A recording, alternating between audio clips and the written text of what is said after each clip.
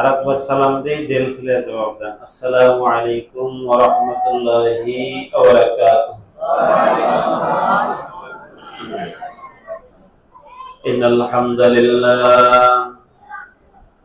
হামদালিল্লাহি রাব্বিল ইজ্জা ওয়া জা'ালানা খায়রা উম্মাহ وادخلنا في أهل السنة والجماعة ثم خرجنا من أهل بدعة وفرق الباطلة وشملنا في مذهب أبي حنيفة نشهد أن لا إله إلا الله وحده لا شريك له ونشهد أن سيدنا ومولانا محمدا عبده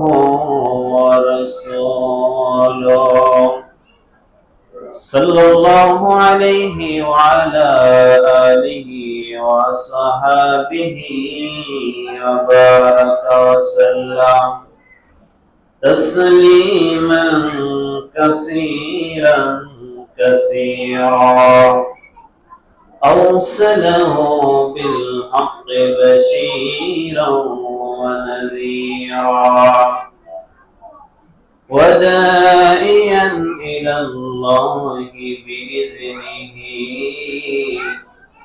وسراجا منيرا فقد قال الله تعالى في كلامه القديم قل بفضل الله وبرحمته فبذلك فليفرحوا هو خير مما يجمعون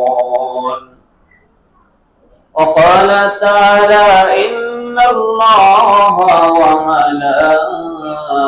وملائكته يصلون على النبي يا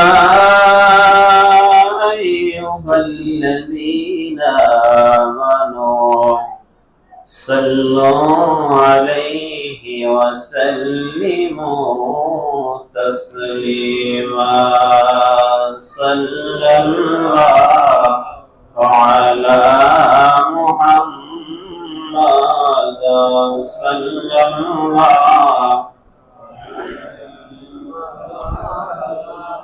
صلى الله على محمد صلى الله عليه وسلم كاملا صالحا عاشقا عاملا انتجار بحر شفايات يا محمد مصطفى صلى الله على محمد صلى الله عليه وسلم صلى الله على محمد صلى الله عليه وسلم بلغ العلا بكماله كشف الدجى بجماله حسنت جميع خصاله صلوا عليه وآله اللهم صل وسلم وبارك عليه মহান রব্বুল আলামিনের দরবারে শুকর যে মহান রব্বুল আলামিন পবিত্র ঈদ এ মিলাদুন নবী সাল্লাল্লাহু আলাইহি ওয়াসাল্লাম উপলক্ষে এই মসজিদে আসার বসার তৌফিক দিলেন। আমরা কালেমাতুশ শুকর আদায় করে পড়ি আলহামদুলিল্লাহ। উপস্থিত আছেন হযরত উলামায়ে কিরাম, অত্র মসজিদের ইমাম ও খতিব, অত্র মসজিদের কমিটির বিভিন্ন স্তরের নেতৃবৃন্দ, মুসল্লিয়ানে কিরাম, দাড়ি পাকা মুরব্বিয়ানে কিরাম, যুবক ভাইরা, মাইকের আওয়াজ যতদূর পৌঁছায় পর্দার অন্তরের সম্মানিত মা ও বোনেরা, আমি সবাইকে আর একবার সালাম দিয়ে দিল খুলে জবাব দেবেন, আসসালামু আলাইকুম ওয়া রাহমাতুল্লাহি ওয়া বারাকাতুহু।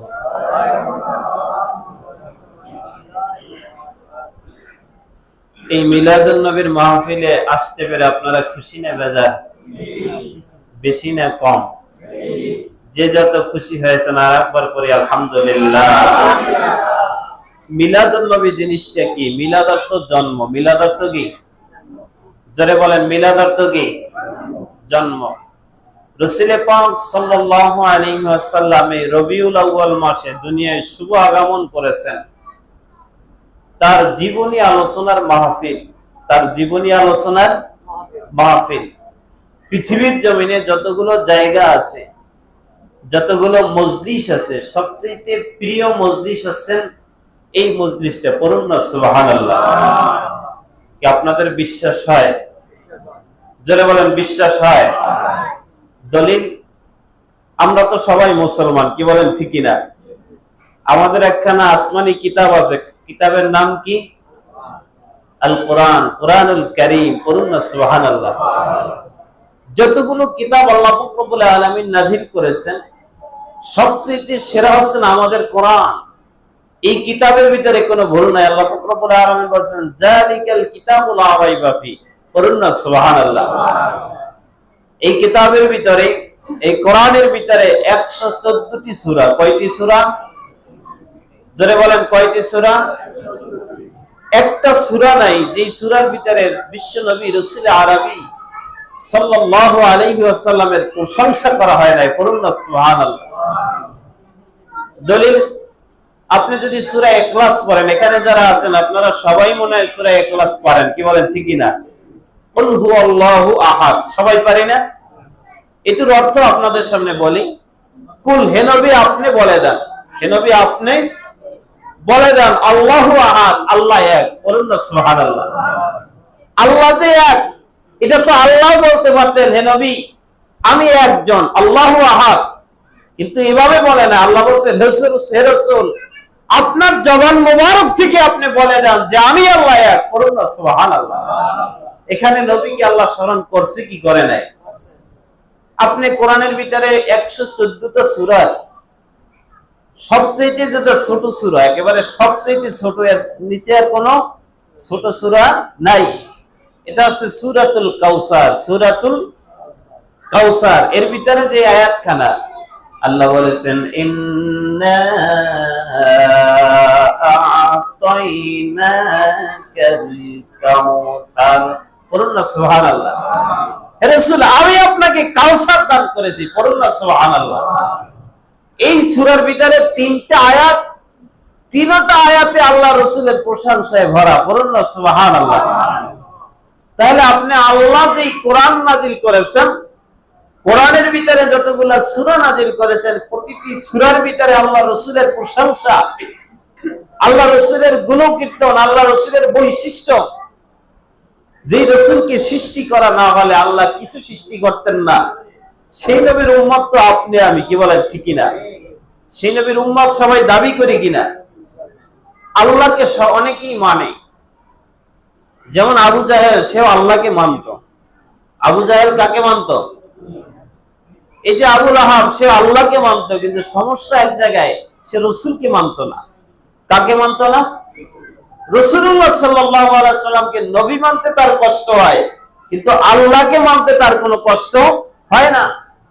মক্কার যারা বড় বড় লিডার ছিলেন, কাফের ছিলেন, এরা একদিকে মূর্তি পূজা করতেন, অন্যদিকে আল্লাহকে মানতেন। অন্যান্য ধর্মের অনেকেই আল্লাহকে মানে। আপনাদের এলাকায় হিন্দু আছে, তাদের কাছে জিজ্ঞাসা করবেন তোমরা কি আল্লাহকে মানো? তারাও আল্লাহকে অনেকে মানে, কি বলেন ঠিক না? কিন্তু শুধু পার্থক্য, তারা নবীকে মানতে চায় না। তা আপনি আমি যদি নবীকে স্বীকার না করতে পারি, নবীকে যদি আপনার আমার ভিতরে আয়ত্ত করতে না পারি, আসলে যতই মুসলমান দাবি করি, নামাজ পড়ি, যা করি, আসলে নবীকে যতক্ষণ পর্যন্ত আপনার আমার কাছে নিতে না পারবো, অতক্ষণ পর্যন্ত উম্মত হিসেবে দাবি করা যাবে না।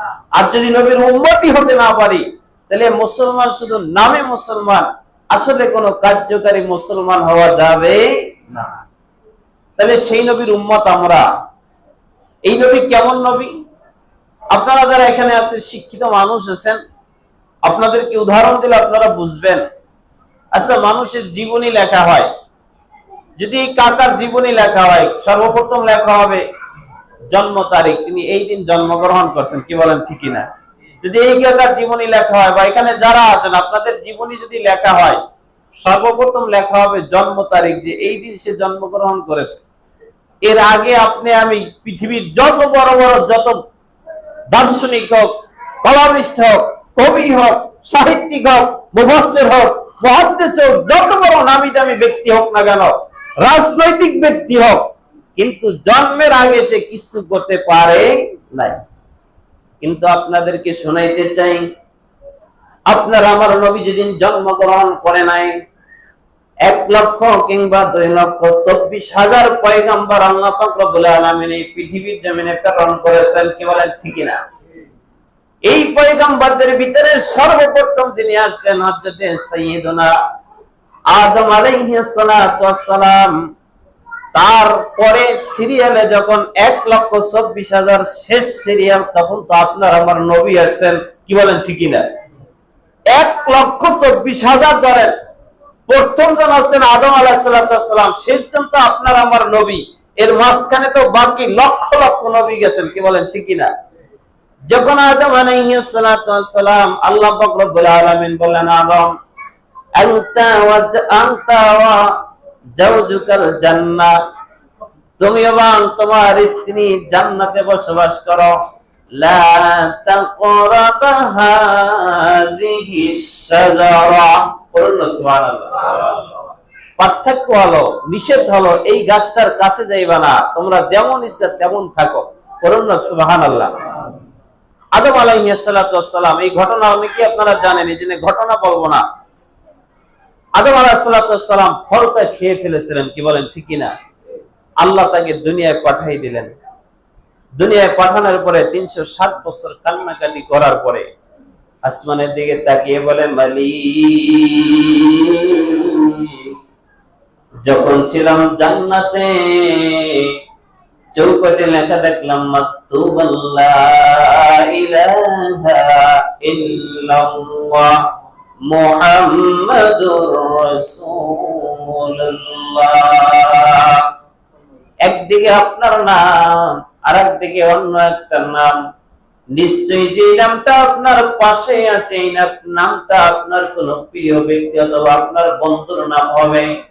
যদি আপনার বন্ধুর নাম হয়, আমি আদম তার নামের ওসিলা দিয়ে আপনার কাছে তওবা করলাম, আল্লাহ আপনি আমার তওবাকে কবুল করে নেন, বলুন সুবহানাল্লাহ।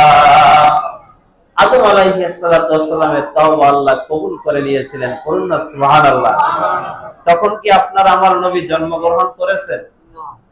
জন্মের আগে আদম আলাইহিস সালাম আপনার আমার নবীকে উসিলা করে তওবা করলেন, সেই তওবা আল্লাহ কবুল করে নিলেন, বলুন না সুবহানাল্লাহ। রাসূল পাক সাল্লাল্লাহু আলাইহি ওয়াসাল্লামের জীবনী পৃথিবীর কোন মানুষ বলে শেষ করা সম্ভব না। আমি একখানা কিতাব পড়েছি, কিতাবের নাম শরফুল মুস্তাফা। এই কিতাবটা লিখেছেন পাকিস্তানের এক আলেম, উর্দুতে লিখেছেন, এটা বাংলাদেশে খুব কম পাওয়া যায়। শরফুল মুস্তাফা কিতাবটা 4 ভলিউমে লিখেছেন। কয় ভলিউম? ভলিউম চিনেন? খণ্ড, খণ্ড তো চিনেন। 4 খণ্ডে কিতাবটা লিখেছেন, কিন্তু কিতাবটার ভিতরে যত ঘটনা বর্ণনা করেছেন সব আল্লাহ রাসূল জন্মের আগের ঘটনা, পড়ুন না সুবহানাল্লাহ। এরকম শুধু একজন না, হাজার হাজার মুসান্নিফ তার জীবনী লিখেছেন। কেউ লিখেছেন ইন্তেকালের পরবর্তী জিন্দেগি। একখানা কিতাব আছে, যে কিতাবটা 7 খণ্ডে লেখা হয়েছে, যে কিতাবে তার ইন্তেকাল হয়ে গেছে, এর পরবর্তী জিন্দেগি নিয়ে লেখা, পড়ুন না সুবহানাল্লাহ। তা আপনার আমার ইন্তেকালের পরে উপরে ঘাস জ্বালাইয়ে যায়, হাড্ডি কুটি মাটিতে পচে মরছে একেবারে শেষ হয়ে যায়, এরপর আর আপনার আমার কোনো ক্ষমতা থাকে না, কি বলেন? থাকে। যাই হোক, দেখি আলোচনা যদি শুরু করি আগে, এরপর শেষে যদি তার যে ইন্তেকালের পরে তিনি কেমন, এটা যদি আপনাদের শোনানোর তৌফিক হয় ইনশাআল্লাহ শোনাবো। আসুন আমরা ইন্তেকালের জন্মের আগে দুই একটা কাহিনী আপনাদের কাছে বলি। রাসূল পাক সাল্লাল্লাহু আলাইহি ওয়াসাল্লামের আগমনের আগে একজন নবী আসছিলেন, নবীর নাম হযরত ইব্রাহিম আলাইহিস সালাতু ওয়াস সালাম। বলুন না সুবহানাল্লাহ। আমাদের জাতির পিতা, আমাদের কোন পিতা? জাতির পিতা ইব্রাহিম আলাইহিস সালাতু ওয়াস সালাম। হযরত ইব্রাহিম আলাইহিস সালাতু ওয়াস সালামের সময় এক গাধা ছিল, নাম নমরুদ। নাম কি? যারা বলেন নাম কি? কথা বলতে হবে আমার সাথে। নাম কি? নমরুদের নাম তো আপনারা সবাই শুনছেন, কি বলেন? ঠিক কিনা? এই নমরুদ সে খোদাই দাবি করেছে। কি দাবি করেছে? খোদা দাবি করেছে। আসলে কি খোদা না গাধা? এই গাধায় বলেছে আমি খোদা। হযরত ইব্রাহিম আলাইহিস সালাতু ওয়াস সালামের সাথে অনেক পাল্টা, অনেক কিছু হয়েছে, আপনারা কম বেশি জানেন। একবার বলেন, ইব্রাহিম তুমি তো একজন মানুষ আর আমি তো খোদা। করেন না নাউজুবিল্লাহ? ইব্রাহিম আলাইহিস সালাম হচ্ছেন মানুষ আর এই গাধাই কি? খোদা। বলছে তোমার সাথে আমার কোনো যুদ্ধ নাই, তোমার সাথে আমার কোনো যুদ্ধ নাই, তোমার পূর্বুর সাথে, তোমার খোদার সাথে আমি যুদ্ধ করবো। বলুন না নাউজুবিল্লাহ। হযরত ইব্রাহিম আলাইহিস সালাতু ওয়াস সালাম মনিবের কাছে বললেন, মালিক এই পাপিষ্ঠ গাধা আমার সাথে যুদ্ধ করবে না, যুদ্ধ করতে চায় আপনার সাথে। আল্লাহ বললেন, ইব্রাহিম তুমি তাকে ছেড়ে দাও, ছেড়ে দাও, তাকে অনুমতি দিয়ে দাও। আল্লাহর হুকুম অনুযায়ী ইব্রাহিম আলাইহিস সালাতু ওয়াস সালাম ছেড়ে দিলেন। যাও তোমার দলবল নিয়ে আমার পূর্বর কাছে যুদ্ধের ময়দানে যাও। নমরুদের দলবল নিয়ে প্রেরণ করে দিলেন, পাঠাইয়া দিলেন। তার দলের বিপক্ষে তো যুদ্ধ করতে হবে, কোন মানুষ যুদ্ধ করতে পারবে না। যুদ্ধ করবেন স্বয়ং আল্লাহ। স্বয়ং আল্লাহ কি যুদ্ধ করতে আসবেন? আল্লাহ পাক রব্বুল আলামিন শত শত হাজার হাজার যেই পরিমাণের ফেরেশতা লাগে আল্লাহ ফেরেশতা পাঠিয়ে দিলেন। কোরআন সুবহানাল্লাহ। এই শরফুল মুস্তাফা কিতাবে বর্ণনা করেছেন ফেরেশতাদের যিনি লিডার ছিলেন, যিনি দায়িত্ব পালন করেছেন, সবচেয়ে যিনি দিক নির্দেশনা দিয়েছেন, এই যুদ্ধের ময়দানের যিনি মূল হেড ছিলেন, ওটা ছিল আপনার আমার নবী মুহাম্মদুর রাসূলুল্লাহ সাল্লাল্লাহু আলাইহি ওয়াসাল্লামের নূর মোবারক। করুন সুবহানাল্লাহ। এখনো তো আপনার আমার নবী আসে নাই, দুনিয়ায় জন্মগ্রহণ করেন নাই, কিন্তু ইব্রাহিম আলাইহিস সালাতু ওয়াস সালামের সেই নমরুদ তাদের দলবল নিয়ে যে আল্লাহর সাথে যুদ্ধ করতে গেছেন, সেই দলের যে মোকাবেলা করেছেন ফেরেশতারা, এই ফেরেশতাদের যিনি লিডার ছিলেন, যিনি সেনাপতি ছিলেন, দায়িত্ব পালন করেছেন, তিনি আপনার আমার নবী মুহাম্মদ রাসূলুল্লাহ সাল্লাল্লাহু আলাইহি ওয়াসাল্লাম। সে আলমে আরহা থেকে এসে ফেরেশতাদেরকে নিয়ে ওই দলটাকে ধ্বংস করে দিলেন। বলুন না সুবহানাল্লাহ। তাহলে জন্মের আগেও তিনি দ্বীনের কাজ করছে কি করে নাই? আরেকটা ঘটনা আপনাদেরকে বলি। রাসূল পাক সাল্লাল্লাহু আলাইহি ওয়াসাল্লাম জন্মগ্রহণ করে নাই তার 1000 বছর আগে। কয় হাজার বছর আগে? 1000 বছর আগের একটা ঘটনা। একজন বাদশা ছিল, ইয়ামেনের বাদশা। তার লকব ছিল তুব্বাই আউয়াল। নাম কি? তুব্বাই আউয়াল। তার একটা নেশা ছিল, বিভিন্ন জায়গায় যাইতেন আর দেশ জয় করতেন। যে এলাকায় যাইতেন, দেশ জয় করার পরে ওই এলাকা জয় করে তিনি অন্য এলাকায় চলে যাইতেন। ওই এলাকায় একজন গভর্নর নিযুক্ত করে দিয়ে যেতেন, তার মতো ওই দেশটা চালাইতেন। আবার ওখান থেকে অন্য দেশে রওনা করতেন, সেখানে যুদ্ধ বিগ্রহ প্রয়োজন হলে যুদ্ধ করতেন। যুদ্ধ না করলে এমনি কোন এলাকায় গেলে পরে মানুষ থরথর করে তার ভয়তে কাঁপতেন আর তার হাতে ক্ষমতা দিয়ে দিতেন।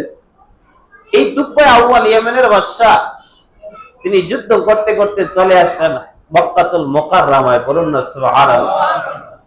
যখন মক্কায় আসলেন, আসার পরে দেখতেছেন এইখানের মানুষগুলো তাকে পেয়ে কোনো ভয় পায় না, আতঙ্কিত হয় না, তাকে কোনো মূল্যায়ন করে না। তিনি যেই জায়গায় যায় মানুষগুলো থরথর করে কাঁপে, আতঙ্কিত হয়ে যায়। মানুষের ভিতরে একটা ভয় চলে আসে, না জানি কি আমাদেরকে করে ফেলে। কিন্তু যখন মক্কায় আসলেন, মক্কার মানুষ তাকে মূল্যায়নই করে না যে আসলে কি আসছে না না আসছে। তার সাথে যারা লোকজন ছিলেন তাদের পরামর্শ নিলেন তার সাথে 400 জন আলেম ছিলেন। পড়ুন না সুবহানাল্লাহ। এদের কাছে জিজ্ঞাসা করলেন, আমি যেখানে আসলাম এখানকার মানুষগুলো আমাকে কেন ভয় পায় না? ওই আলেমদের ভিতরে যিনি সেরা আলেম ছিলেন তিনি বললেন, এখানকার মানুষগুলো আপনাকে মূল্যায়ন করে না, আপনাকে দেখে ভয় পায় না, কারণ একটা, এই জায়গায় এমন একটা জিনিস আছে যেটা আছে মহান মালিকের ঘর। এই পৃথিবীর সবচেয়ে সম্মানিত একটা ঘর, যে ঘরটার নাম খানায়ে কাবা। আর এইখানকার মানুষগুলো এই খানায়ে কাবার খাদেম, তাদের কোন বিপদ আপদ বালা মুসিবত তাদেরকে আক্রমণ করতে পারে না। কোন মানুষ তাদেরকে কোন ধ্বংস করতে, তাদের ক্ষতি করতে পারে না। যদি মানুষ কিছু তাদের করতে চায়, এই ঘরখানা তাদেরকে হেফাজত করে নাই। বলুন সুবহানাল্লাহ। যে ঘরখানাই তাদের সব হেফাজত করে, তাদের আর কোনো টেনশন নাই। বলুন না সুবহানাল্লাহ। ঘরের নাম কি? যারা বলেন ঘরের নাম কি? খানায়ে কাবা। যারা একবার যারা গিয়েছে মনে চায় বারবার যাই, বারবার যাই। স্বাদ মেটে না কাবা দেখে, স্বাদ মেটে না কাবা দেখে, যদি কেহ একবার দেখে মন চায় বারবার দেখি, সেই তো আমার কাবা, সেই তো আমার কাবা। বলুন না সুবহানাল্লাহ। কাবা ঘরে পৃথিবীর যত কাজ বলেন, কাজের শেষে একটা অনীহা আসে যে এই কাজটা আর করবো না, এরকম অনীহা আসে না? আসে না? কিন্তু খানায়ে কাবায় যারা একবার যায় তারা মন চায় আবার বারবার যাই। এখানে যারা আছেন অনেকের ইচ্ছা যে একটু খানায়ে কাবায় যাব, কিন্তু যিনি একবার গেছেন তার আরো বারবার যেতে মনে চায়। বলুন না সুবহানাল্লাহ। এই খানায়ে কাবা তাদেরকে হেফাজত করে। যে ঘটনা বলতেছিলাম, তুবা আউয়াল তিনি নিয়ত করলেন, মাথায় চিন্তা নিলেন, এই ঘরটা তাদেরকে এত কিছু করে, আমি এই ঘরটাই ভেঙে ফেলুন। বলুন না নাউজুবিল্লাহ। খানায়ে কাবা কি তার ভাঙা সম্ভব হবে? এটা কার ঘর? যারা বলেন কার ঘর? তাম পৃথিবীর মানুষ সেটার দিকে তাকিয়ে প্রতিদিন 5 ওয়াক্ত নামাজ আদায় করে। বলুন না সুবহানাল্লাহ। খানায়ে কাবা তাম পৃথিবীর মানুষের সব সময় খোঁজ খবর রাখেন। বলুন না সুবহানাল্লাহ। যারা খানায়ে কাবায় গেছেন, এখন অনেকগুলো পাখি আছে আশেপাশে ঘুরে। আমি ওখানকার একজন মানুষকে জিজ্ঞাসা করলাম, এই পাখিগুলো শুধু এখানে সব সময় থাকে? যারা হাজী সাহেব তারাও বলে সব সময় থাকে। ওখানকার যারা মানুষ তারাও বলে এই পাখিগুলো এই জায়গায় সব সময় থাকে। বলুন না সুবহানাল্লাহ। আমি একটা কিতাবের ভিতর পাইলাম, এই পাখিগুলো যদি কোনোদিন অসুস্থ হয়, তাদের শরীর যদি একটু খারাপ লাগে, এরা সাথে সাথে খানায়ে কাবার পাশ থেকে একটু মিশে যায়, সাথে সাথে তারা সুস্থ হয়ে যায়। বলুন না সুবহানাল্লাহ। এদের আর কোনো ডাক্তার কবিরাজ কোনো ঔষধ খাওয়া লাগে না। বলুন না সুবহানাল্লাহ। খানায়ে কাবায় প্রতিদিন 120টা রহমত আসে। কয়টা? এর ভিতরে 7টা রহমত যারা ওই জায়গায় নামাজ আদায় করে, 7টি রহমত তারা পায়। বলুন না সুবহানাল্লাহ। 20টা রহমত পায় যারা শুধু খানায়ে কাবার দিকে একবার তাকাইয়ে থাকে, এরকমের মায়ার নজরে যদি তাকায়, তাহলে তার উপরে 20টা রহমত আসে। বলুন না সুবহানাল্লাহ। যে কথাটি বলতেছিলাম, তুবা আউয়াল ঘরটারে ভাঙবেন, রাসূলের জীবনী বলবো, এই জন্য কাবার ইতিহাস আর এখন বলার সময় নাই। খানায়ে কাবা ধ্বংস করার জন্য তিনি চিন্তা করলেন, সাথে সাথে তিনি অসুস্থ হয়ে গেলেন। নাক থেকে পুষ পড়া শুরু করলো, মুখ থেকে রক্ত পড়া শুরু করলো, কান থেকে রক্ত পড়া শুরু করলো। বলুন না সুবহানাল্লাহ। তার সাথে অনেকগুলো ডাক্তার ছিল, কবিরাজ ছিল, সকলে চিকিৎসা করে, কিন্তু রোগ ভালো হয় না। চিকিৎসা করে, রোগ ভালো হয় না। এই আলেমদের ভিতরে 400 জন আলেমের ভিতরে সেরা আলেম তিনি বললেন, তার খাদেমের কাছে বললেন, বাদশাহ যিনি খাদেম, যে আমাকে একান্তভাবে একটু বাদশার সাথে কথা বলতে দাও, আমি একা কথা বলবো, আর কেউ থাকতে পারবে না। বাদশার কাছ থেকে অনুমতি নিয়ে আসলেন। বাদশাহ অনুমতি দিলেন, আমার সাথে কথা বলতে দাও, তাড়াতাড়ি নিয়ে আসো। বাদশাকে বললেন, বাদশাহ আমি আপনাকে একটা কথা জিজ্ঞাসা করবো, আপনি কি সত্য কথা বলবেন? বাদশাহ বললেন, অবশ্যই তোমার কাছে আমি সত্য কথা বলবো। বললেন, আপনি কি খানায়ে কাবা ঘর নিয়ে কোনো মন্তব্য করেছেন কিনা? বাদশাহ বললেন, হ্যাঁ আমি তো মন্তব্য করেছি, ঘরটাকে ভেঙে ফেলবো, ধ্বংস করে দেব। আলেম বললেন, বাদশাহ আপনি যদি এই ঘরটাকে ভাঙার কোন চিন্তা মাথায় না, আপনি পৃথিবীর সমস্ত ডাক্তার দিয়ে চিকিৎসা করাবেন, সমস্ত ঔষধ আপনি খাবেন, কিন্তু আপনি সুস্থ হবেন না। কিন্তু আপনার মাথা থেকে যদি এই টেনশনটা দূর করে দেন, এই খানায় কাবা নিয়ে কোনো মন্তব্য না করেন, আপনাকে আল্লাহ অটোমেটিক সুস্থ করে দেবে। বলুন সুবহানাল্লাহ। বাদশা বলেন, এতে আমার রোগ সেরে যাবে? বলেন, হ্যাঁ অবশ্যই সেরে যাবে। বাদশা বলেন, আমি সাথে সাথে এখন তওবা করলাম, এই ঘরের আমি কিচ্ছু করব না, আরো আমি ঘরের তাজিম করব। বলুন না সুবহানাল্লাহ। বাদশা সাথে সাথে সুস্থ হয়ে গেল। বলুন না সুবহানাল্লাহ। বাদশা যে সুস্থ হলেন, খানায় কাবা তওয়াফ করলেন, চুমু খাইলেন। খানায় কাবা হযরত আদম আলাইহিস সালাতু ওয়াস সালাম প্রথম নির্মাণ করেছিলেন। এরপরে হযরতে নূহ আলাইহিস সালাতু ওয়াস সালামের প্লাবনের সময় আল্লাহ পাক রব্বুল আলামিন হেফাজতের জন্য চতুর্থ আসমানে নিয়ে গেলেন। আবার আমাদের পিতা মিল্লাত আবিকুম ইব্রাহিম, হযরত ইব্রাহিম আলাইহিস সালাতু ওয়াস সালাম এবং তার পুত্র হযরত ইসমাঈল আলাইহিস সালাতু ওয়াস সালাম দুইজনে মিলে বাপ বেটা 5 পাহাড়ের পাথর দিয়ে কাবা ঘর নির্মাণ করলেন। বলুন না সুবহানাল্লাহ। যখন নির্মাণ করেছিলেন সেটা ছিল খোলা, যেভাবে নির্মাণ করেছেন এইভাবে ঘর। কিন্তু এই বাদশা তুকবায় আউয়াল যখন তিনি নিয়ত করেছিলেন খানায় কাবা ধ্বংস করবে, এরপর নিয়তকে যখন শেষ করে দিলেন, যখন এই কাবা তাওয়াফ করলেন, তখন বললেন, আমি আমার মন চায় এই মহান ঘরের আমি একটু খিদমত করি। তিনি ঘরের চারপাশ দিয়ে গিলাফ পরাই দিলেন। বলুন না সুবহানাল্লাহ। এখন যারা খানায় কাবা দেখেন, আমরা যারা খানায় কাবায় যাই, এটা কালো কাপড় দিয়ে মোড়ানো থাকে চারপাশ, কি বলেন ঠিকই না? ছবিতে দেখছেন কালো কাপড় দিয়া। এটা ওই থেকে শুরু হয়েছে। ওই সময় ছিল লাল কাপড়, কখনো ছিল সবুজ কাপড়, কখনো ছিল সাদা কাপড়, কিন্তু এখন বর্তমান প্রচলন আছে কালো কাপড় দিয়ে এটাকে চারপাশ আটকিয়ে দেয়। এই কাপড়টা অনেক দামি মানের কাপড়, আর কাপড়ের উপর যে ডিজাইন করা, এটা স্বর্ণ এবং রূপ্য দ্বারা সুতা নির্মাণ করে, তারপর ডিজাইন করে। 1 বছর বসে ডিজাইন করে, বছরে একবার এই গিলাফটা পরিবর্তন করে। বলুন না সুবহানাল্লাহ। এই খানায় কাবা যখন তিনি এভাবে কাপড় দিয়ে সেখান থেকে রওনা করে চলে গেলেন, আবার চলতে চলতে তিনি ইয়াসরিব পর্যন্ত চলে গেলেন। বলুন না সুবহানাল্লাহ। কোন পর্যন্ত গেলেন? কি আপনাদের কষ্ট হয়? শুনতে খারাপ লাগে? আপনাদের বক্সের শান্ত একটু কেমন, এই জন্য শান্ত ভালো হয় না, কিন্তু এমনি ঘটনা কি খারাপ লাগে?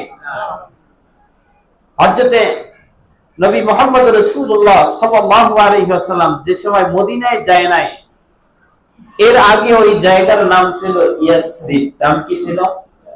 জোরে বলেন, নাম কি ছিল? তখন ওটার নাম মদিনা ছিল না, তখন ওটার নাম মদিনা ছিল না। বাদশা মক্কা থেকে আবার রওনা দিয়ে ইয়াসরিব পর্যন্ত পৌঁছে গেলেন।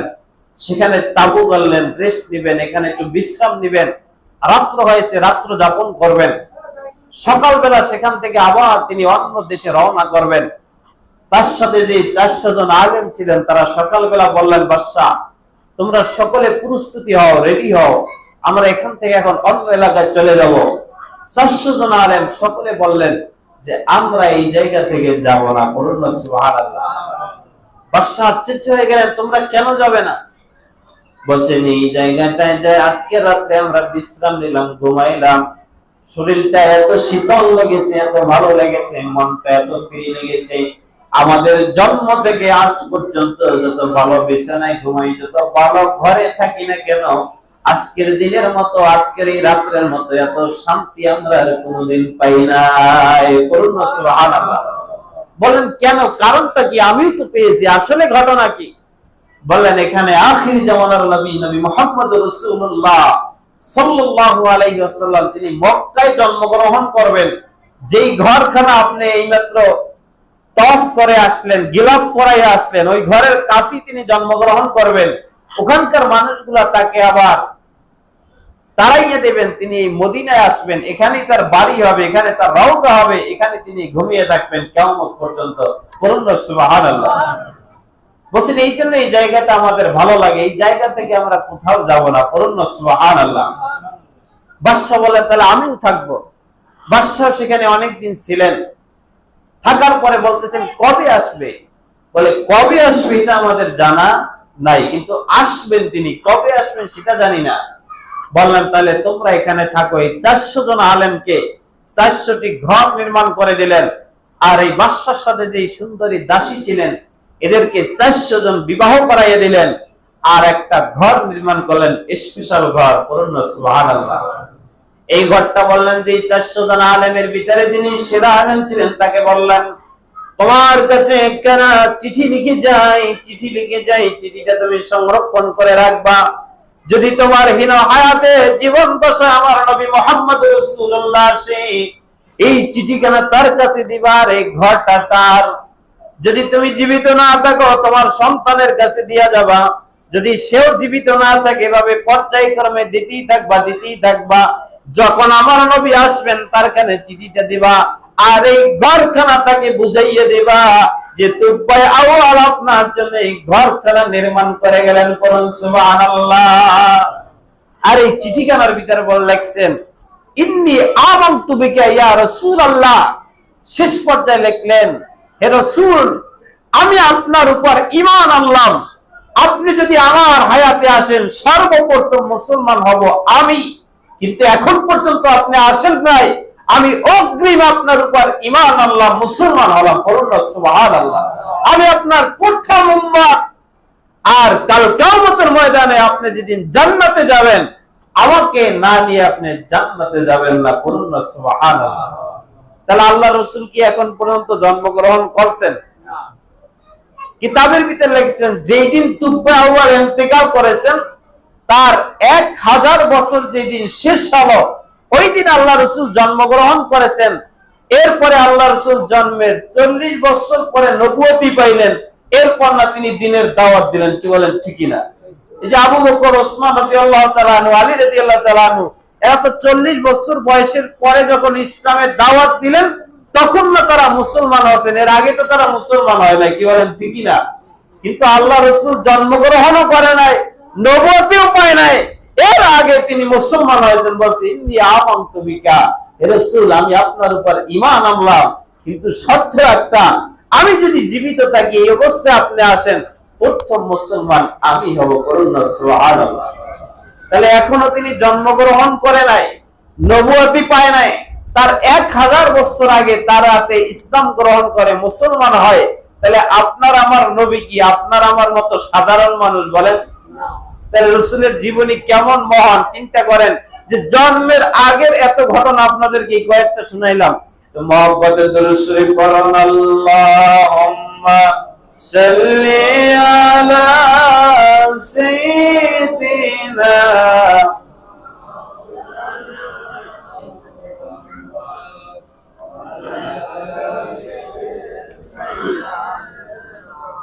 মাওলানা মুহাম্মদ। রাসূল পাক সাল্লাল্লাহু আলাইহি ওয়াসাল্লাম জন্মের আগের ঘটনা যদি বলি যে তার জন্মের আগে কি কি ঘটনা ঘটছে, এটা বললে পরে রাতের পর রাত শেষ হবে, কিন্তু আল্লাহ রাসূলের জীবনী বলে শেষ করা সম্ভব না। রাসূল পাক সাল্লাল্লাহু আলাইহি ওয়াসাল্লামের শিশুকাল, জন্মগ্রহণ করেছেন 570 খ্রিস্টাব্দে। তিনি জন্মগ্রহণ করছেন খানায় কাবা, যারা জিয়ারত করতে গেছেন, হজে গেছেন, এই খানায় কাবার পূর্ব দিকে আছেন সাফা মারওয়া পাহাড়। খানায় কাবা থেকে 2-3 মিনিট লাগে হেঁটে যাইতে। সাফা মারওয়া পাহাড়ে সাই করতে হয়, যারা হজ করে বা উমরা করে, সাফা থেকে মারওয়া এভাবে 7 বার তাওয়াফ করতে হয়, সাই করতে হয়। এই সাফা মারওয়ার পরেই হচ্ছেন আবু জাহেলের বাড়ি। কার বাড়ি? আবু জাহেলের বাড়ি। এটা বর্তমানে বাথরুম করা হয়েছে। যেই হাজী সাহেবেরা যায় ওই বাথরুমে কেউ না কেউ যায়, যে একটু মন চায় যে আবু জাহেল আল্লাহ রাসূলকে কত কষ্ট দিয়েছেন, এখানে একটু বাথরুম করে যায়, আর না হয় একটু প্রস্রাব করে যায়। বলেন না সুবহানাল্লাহ। এটা এখন মক্কা শরীফের বাথরুম। এরপরেই কিছু দূর গেলে 2-3 মিনিট গেলেই হলুদ একটা বিল্ডিং, জাবালে আবি কুবাইস, বিশাল এক লম্বা পাহাড়। খানায় কাবার নিকটে সবচেয়ে বড় পাহাড় জাবালে আবি কুবাইস। এই পাহাড়ের কোল ঘেঁষে একটা হলুদ রঙের দোতলা বিল্ডিং, এটার নাম মাওলুদুন নবী সাল্লাল্লাহু আলাইহি ওয়াসাল্লাম। বলুন না সুবহানাল্লাহ। এই ঘরেই আল্লাহ রাসূল জন্মগ্রহণ করেছেন 570 খ্রিস্টাব্দে। জন্মগ্রহণের পরে তার মা ছিলেন একটু অসুস্থ। মা ছিলেন কি, দুধ খাওয়াবে এরকমের বুকে দুধ ছিল না। এলাকায় খবর দিলেন যে একজন একটা সন্তান আছে, কে আছে দুধ পান করানোর জন্য। আগের যুগে শরীয়ত ছিল বা বিধান ছিল, নিয়ম ছিল, আমার সন্তান যদি আমি দুধ না খাওয়াইতে পারি, 2 বছর অন্য মা দুধ খাওয়াবে। ওই মায়ের ভরণ পোষণ যা কিছু প্রয়োজন, তার পোশাক, তার খাবার, এই পরিবার থেকে বহন করবে। বলুন না সুবহানাল্লাহ। কারণ আপনার সন্তানকে সে দুধ খাওয়াইয়া রাখবে, আর তার যেটা প্রয়োজন সেটা আপনাকে ভরণ পোষণ দিতে হবে। রাসূল আরবি সাল্লাল্লাহু আলাইহি ওয়াসাল্লাম জন্মের পরে আব্দুল মুত্তালিব তার দাদা ঘোষণা করে দিলেন যে আমার একটা নাতি আছে, এটাকে যে দুধ পান করাবে তাকে কিছু দেওয়া হবে না, লিল্লাহিয়াত যদি কেউ দুধ পান করায়। বলুন না সুবহানাল্লাহ।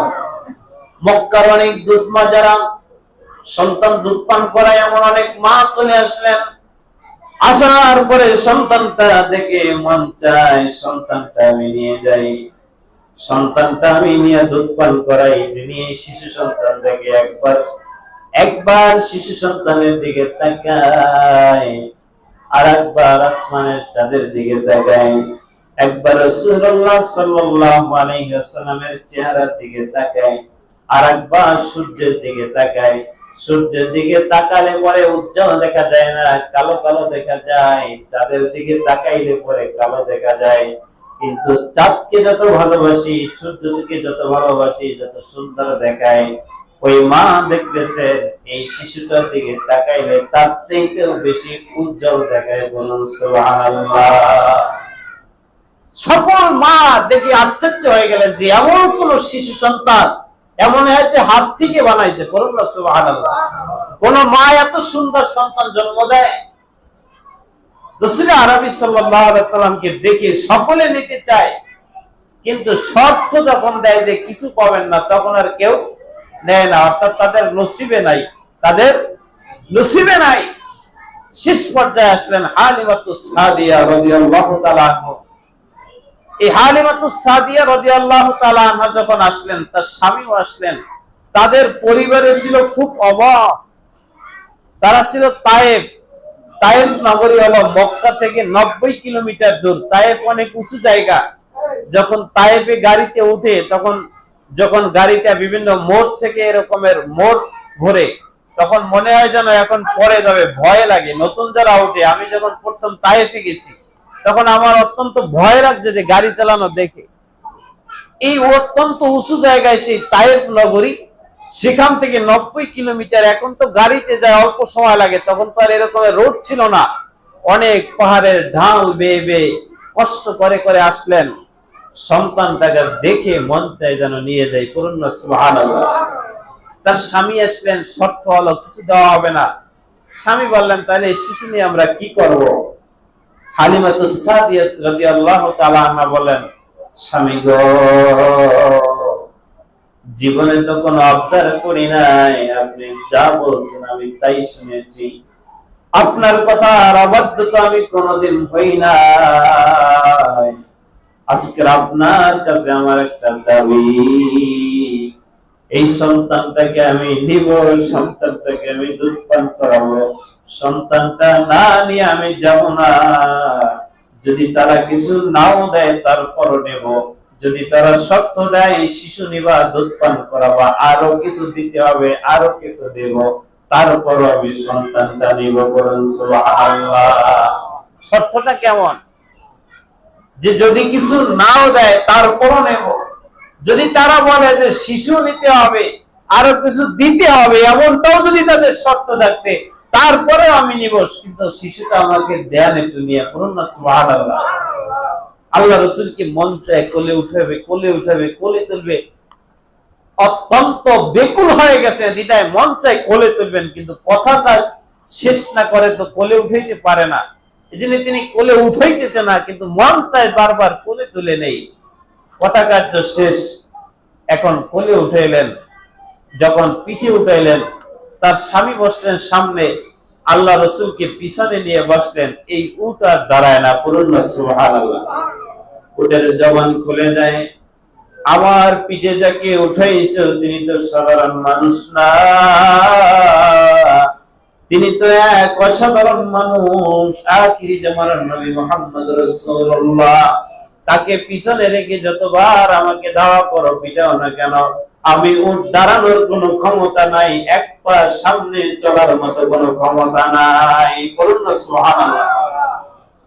ওদের সামনে যখন রাখলেন নবী মুহাম্মদ রাসূলুল্লাহ সাল্লাল্লাহু আলাইহি ওয়াসাল্লামকে, ওই তায়েফ থেকে মক্কায় আসতে আগে সময় লাগতো 3 দিন। কয়দিন? যাইতে সময় লাগতো 3 দিন।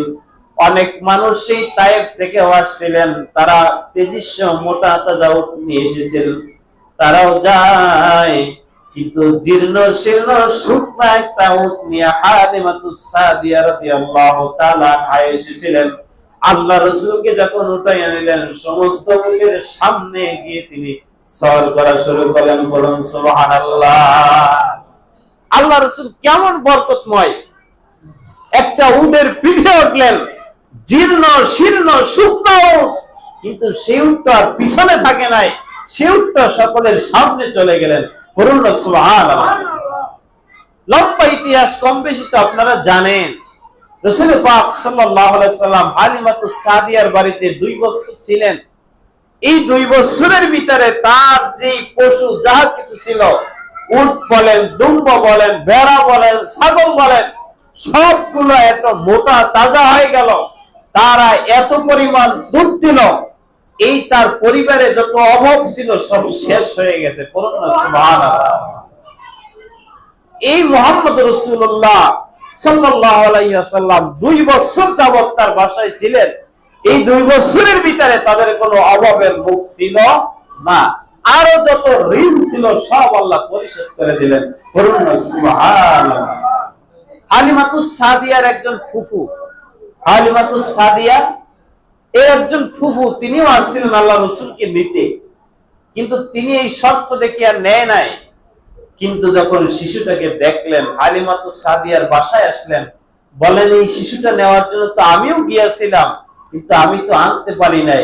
হালিমা, তুমি একটু আমাকে দাও, আমি একটু দুধ পান করাই। এ তো সাধারণ শিশু না, এ তো অসাধারণ শিশু, হয়তো এর উসিলে আল্লাহ আমাকে কিয়ামতের ময়দানে মাফ করে দিবেন। বলুন না সুবহানাল্লাহ। এজন্য আল্লাহ রাসূল তার জীবনীতে পাওয়া যায় তিনি 4 জনের দুধ পান করেছেন। কয়জন? জোরে বলেন কয়জন? এগুলো আপনাদের জানতে হবে না। তিনি 4 জনের দুধ পান করেছেন। অন্য বর্ণনায় পাওয়া যায় 3 জন। কয়জন? একজনের দুধ পান করেছেন তার জন্মদাতা মা, হযরত মা আমিনা রাদিয়াল্লাহু তাআলা আনহা। মা আমিনার গর্ভে যার পেটে তিনি হয়েছেন, তার মা সর্বপ্রথম তাকে দুধ পান করাইলেন। এরপরে আবু লাহাবের একজন দাসী ছিল, নাম ছিল সুয়াইবিয়া। এই সুয়াইবিয়ার কিছু দুধ তিনি পান করেছেন। এরপর তার বয়স যখন 9 দিন, বয়স কয় দিন? 9 দিন, তখন হালিমাতুস সাদিয়া তাকে নিয়ে গেলেন। এই হালিমাতুস সাদিয়ার দুধ পান করেছিলেন 2 বছর। বলুন না সুবহানাল্লাহ। এর ফাঁকে ওই যে হালিমাতুস সাদিয়ার ফুফু, তিনিও আসছিলেন তাকে নেওয়ার জন্য। তিনি হামজা রাদিয়াল্লাহু তাআলা আনহু, আল্লাহ রাসূলের চাচা, তাকেও তিনি দুধ পান করাইছেন। আর আল্লাহ রাসূলকে তিনি একদিন দুধ পান করাইছিলেন বরকত হিসাবে। বলুন না সুবহানাল্লাহ। তাহলে তিনি মাত্র 4 জনের দুধ পান করেছিলেন। বলুন না সুবহানাল্লাহ। যখন 2 বছর হয়ে গেল, দুধ খাওয়ানোর মেয়াদ 2 বছর। কয় বছর? কিন্তু আমাদের শরীয়তে ইমাম আজম আবু হানিফা রাহমাতুল্লাহ আলাইহি তিনি বলেছেন 2.5 বছর। কয় বছর? আমাদের সন্তান তারা 2.5 বছর দুধ খাবে। কয় বছর? 2.5 বছর। এটাও মাসালা আছে, 2 বছর আছে, আমাদের মাযহাবে 2.5 বছর। কত বছর? 2.5 বছর। যখন 2 বছর শেষ হয়ে গেল দুধ পান করানো, তার মায়ের কাছে তিনি মক্কায় আবার নিয়ে আসলেন। বলুন না সুবহানাল্লাহ। মক্কায় যখন নিয়ে আসলেন, মা আমিনা, আল্লাহ রাসূল হোসেন রাহমাতুল লিল আলামিন, দয়ার সাগর, তার মাও তো এরকমের রহম দিলেন মানুষ। কি বলেন, ঠিকই না? মায়ের কাছে বললেন এসে, বউ, এই সন্তানটা আমাকে 2 বছর দিছিলেন, আমি 2 বছর দুধ পান করাইলাম, আমাকে আরো কি কিছুদিন দিবেন? বলুন না সুবহানাল্লাহ। আল্লাহ রাসূল তো যেমন হৃদয়ের মানুষ, তার মাও তো তেমন। কি বলেন, ঠিকই না? তার মায়ের কাছে যখন আবদার করলেন, তার মা স্বাভাবিকভাবে বললেন যে তাই নেন, আবারও নিয়ে যান, করুন না সুবহানাল্লাহ। আল্লাহ রাসূলকে হালিমাতুস সাদিয়া তিনি আবার নিয়ে গেলেন, করুন না সুবহানাল্লাহ। যখন তার বয়স 4 বছর, কোন বর্ণনায় 5 বছর, কয় বছর? 4 বছর বা 5 বছর, 4 বছর বা 5 বছর, তখন তো আল্লাহ রাসূল হাঁটতে পারেন, দৌড়াদৌড়ি করতে পারেন। হালিমাতুস সাদিয়া রাদিয়াল্লাহু তাআলা আনহা, তার 3টা সন্তান ছিল। কয়টা সন্তান? 2টা ছিল ছেলে সন্তান, তারা ছিল ছোট, আল্লাহ রাসূলের চাইতেও ছোট ছিল। একজন ছিল রাসূলের বয়সী প্রায়, আরেকজন তার চাইতেও ছোট, আর একটা মেয়ে ছিল তার চাইতে বড়। তিনি তার হালিমাতুস সাদিয়া রাদিয়াল্লাহু তাআলা আনহা তার ঘরের যে উট, মেষ, দুম্বা, ছাগল যা কিছু ছিল এগুলো তিনি মাঠে চড়াইতেন। একটু বড় ছিলেন, মাঠে চড়াইতেন। তিনি একদিন বললেন মুহাম্মদকে নিয়ে যাব, বলুন না সুবহানাল্লাহ। মুহাম্মদ রাসূলুল্লাহ সাল্লাল্লাহু আলাইহি ওয়াসাল্লামকে নিয়ে মাঠে যখন গেলেন, হালিমাতুস সাদিয়ার সন্তান মেয়ে যখন মাঠে যায়, অন্যদিন পশুগুলা মাঠে ছেড়ে দেয়, একটা এই দিকে যায় ওই দিকে যায়, সারাটা দিন রোদ্রের ভিতরে পরিশ্রম করে পশু রাখতে হয়। যখন আবার সন্ধ্যা হয়, পশুগুলাকে খুঁজে খুঁজে খুঁজে খুঁজে কষ্ট করে করে বাড়িতে নিয়ে যেতে হয়। আর পাহাড়ি এলাকা, এত রোদ্রের প্রখর তাপ, তার রোদ্রে অনেক কষ্ট হয়, মাঝে মাঝে গাছের ছায়ায় নিয়ে যে বসতে হয়। কিন্তু যেই দিন নবী মুহাম্মদ রাসূলুল্লাহ সাল্লাল্লাহু আলাইহি ওয়াসাল্লামকে নিয়ে গেলেন, ওই দিন তার কোন গাছের ছায়ায় বসতে হয় নাই। আল্লাহর রাসূল যেখানে হাঁটেন, দেখেন উপরের দিকে একখণ্ড মেঘমালা এসে ছায়া দিতেছে। আল্লাহ রাসূল যেখানে যায় কোন সূর্যের আলো তার শরীরে লাগে না, বলুন সুবহানাল্লাহ। আবার যে পশুগুলা মাঠে নিয়ে গেল, এই পশুগুলা এদিকে যায় না ওদিকে যায় না, শুধু আল্লাহ রাসূলের দিকে তাকিয়ে থাকে। আবার একটু ঘাসে মুখ দেয়, কখনো ঘাস খায়, কখনো রাসূলের দিকে তাকিয়ে থাকে। যখন সন্ধ্যা বেলা হালিমাতুস সাদিয়ার সন্তান যখন রাসূলুল্লাহ সাল্লাল্লাহু আলাইহি ওয়াসাল্লামকে নিয়ে বাড়িতে যায়, পশুগুলা তার সাথে সাথে বাড়িতে চলে যায়, বলুন সুবহানাল্লাহ। দ্বিতীয় দিন বলেন, মা এই মুহাম্মদকে না নিয়ে আমি মাঠে যাব না, বলুন না সুবহানাল্লাহ। বলেন কেন? এই ছোট মানুষ একে কেন মাঠে নেবা? বলছে, মা যতদিন মাঠে গেলাম রৌদ্রে, অত্যন্ত রৌদ্র, এই রৌদ্রের কারণে অস্থির হয়ে যায়, মাঝে মাঝে পানি খেতে হয়, মাঝে মাঝে গাছের ছায়ায় যেতে হয়। কিন্তু মুহাম্মদকে নিয়ে যেদিন আমি মাঠে গেলাম, ওই দিন আমাকে আর কোন গাছের নিচে ছায়ায় যেতে হয় নাই। আল্লাহর পক্ষ থেকে একখানা মেঘ তাকে ছায়া দিতে থাকে। আমি যেখানেই মুহাম্মদকে নিয়ে যাই তার উপরে ছায়া থাকে, আর আমি তার পাশে থাকি, আমার শরীরে রৌদ্রের তাপ লাগে না, পড়ুন সুবহানাল্লাহ। শুধু এই পর্যন্তই শেষ নাই, আমাদের একটা পশু কোথাও তাকে ছেড়ে যায় না, সে যেখানে যায় পশুগুলো তার পাশে থাকে, কোনো ছুটোছুটি নাই, দৌড়াদৌড়ি নাই। অন্যদিন পশুগুলা ঘাস খায়, কখনো পেট ভরে কখনো পেট ভরে না, কিন্তু তাকে নিয়ে যেদিন আমি মাঠে গেলাম, তার দিকে পশুগুলা একটু তাকাইয়া থাকে, আবার ঘাস খায়, আবার তাকিয়ে থাকে, আবার ঘাস খায়।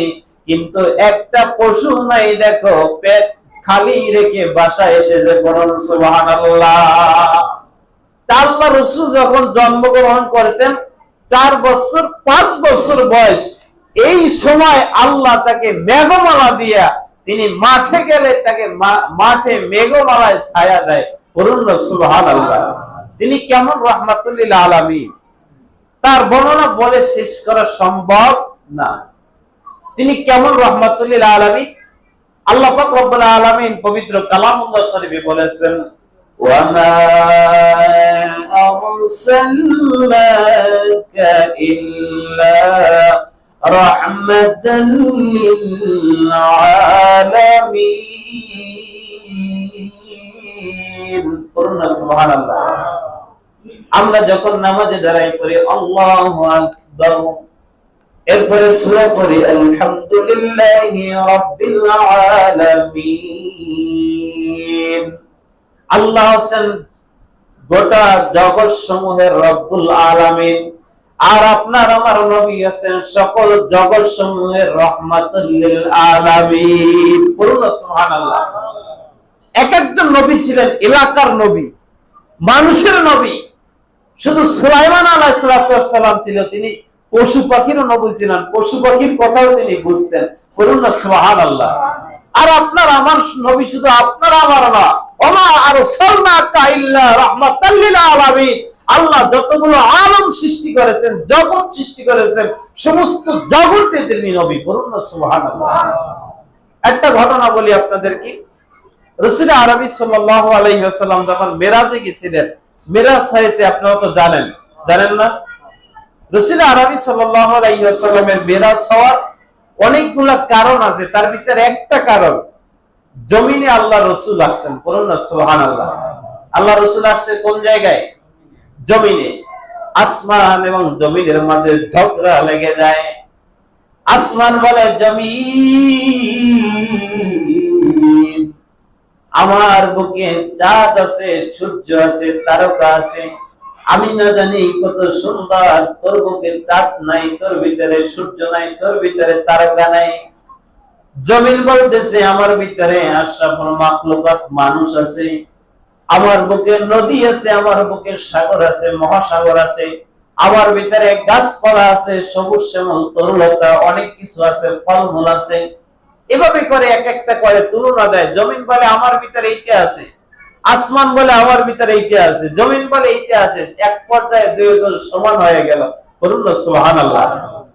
একবার জমিন আসমানকে বলে আসমান, তোর ভিতরে যত কিছু থাক না কেন, আমার ভিতরে এমন এক মহামানব আছে যিনি রাহমাতুল লিল আলামিন, নবী মুহাম্মদুর রাসূলুল্লাহ সাল্লাল্লাহু আলাইহি ওয়াসাল্লাম। তোর বুকে তো মুহাম্মদুর রাসূলুল্লাহ নাই। বলুন সুবহানাল্লাহ। এবার জমিন একটু বড় হয়ে গেল। বলুন না সুবহানাল্লাহ। যে আমার বুকে তো রাহমাতুল লিল আলামিন নবী মুহাম্মদুর রাসূলুল্লাহ আছে, কিন্তু তোমার বুকে তো নবী নাই। বলুন না সুবহানাল্লাহ। তাহলে আমি তো তোমার চেয়ে সেরা। এবার জমিন আল্লাহর কাছে ফরিয়াদ করে, আসমান, আল্লাহ গো, জমিনকে তুমি নবী মুহাম্মদ রাসূলুল্লাহ সাল্লাল্লাহু আলাইহি ওয়াসাল্লাম কি দিলা, আমি আসমান আমার বুকে নবী মুহাম্মদ রাসূলুল্লাহ সাল্লাল্লাহু আলাইহি ওয়াসাল্লামের একটু পদধূলির স্পর্শ দাও, আমি আসমান ও জমিনের মতো ধন্য হতে চাই। বলুন সুবহানাল্লাহ। এজন্য আল্লাহ পাক রব্বুল আলামিন যে সমস্ত কারণে মেরাজ করাইলেন, তার ভিতরে একটা কারণ আসমান আল্লাহর কাছে দোয়া করেছেন, রাসূলকে পাইয়া জমিন তো ধন্য হলো, সেই রাসূলের পদধূলিতে আমি আসমান একটু ধন্য হতে চাই, আমাকে একবার এই নবীকে দেন। করুন না সুবহানাল্লাহ। এজন্য তিনি সাত আসমান ভেদ করে যেই জুতা এই জমিনে পড়েছেন, সেই ধুলাবালি নিয়ে, সেই জুতা নিয়ে আসমানে পা রেখে রেখে আসমানকে ধন্য করে দিলেন। করুন না সুবহানাল্লাহ। আপনার আমার নবী কেমন রাহমাতুল লিল আলামিন, সেই নবীর উম্মত তো আমরা, কি বলেন ঠিক কিনা? সেই নবীর উম্মত হইয়া খুশি না বেজার? খুশি না বেজার? সেই নবীর মহব্বত আমাদের প্রয়োজন আছে না নাই? যদি নবীর উম্মত হয়ে থাকি, যদি মহব্বত থেকে থাকে, তাহলে আজকে তার জীবনী আলোচনা, আজকে তার সম্পর্কে কথা, আজকে তো মানুষ চার দোকানে থাকতে পারে না, কি বলেন? থাকতে পারে। যদি থাকতে চায়ের দোকানে, বাড়িতে, টিভির সামনে, তাহলে সে আসলে টিভিকে বেশি ভালোবাসলো, নবীকে বেশি ভালোবাসতে পারলো? কি বলেন ঠিকই না? আপনারা এখানে যারা আছেন, আপনারা ভাগ্যবান যে রাসূলের জীবনী শুনতেছেন। প্রথমে যেই কথাটি বলতেছিলাম, যে আল্লাহ পাক রব্বুল আলামিন যতগুলো মজলিস, সবচেয়ে সেরা মজলিস, যেই মজলিসে আল্লাহ রাসূলের জীবনী আলোচনা করা হয়, এই মজলিসটা আল্লাহর কাছে অত্যন্ত দামি। করুন না সুবহানাল্লাহ। তাহলে আপনারা এখানে যারা আসছেন, আপনারাও দামি, কি বলেন ঠিক কিনা? এবং বসছেন কোন জায়গায়? আল্লাহর ঘরে। পৃথিবীর ভিতর সবচেয়ে সেরা জায়গা, এর মতো আর পবিত্র জায়গা হতে পারে? मोहब्बत दुरूद शरीफ पढ़ুন सल्लल्लाहु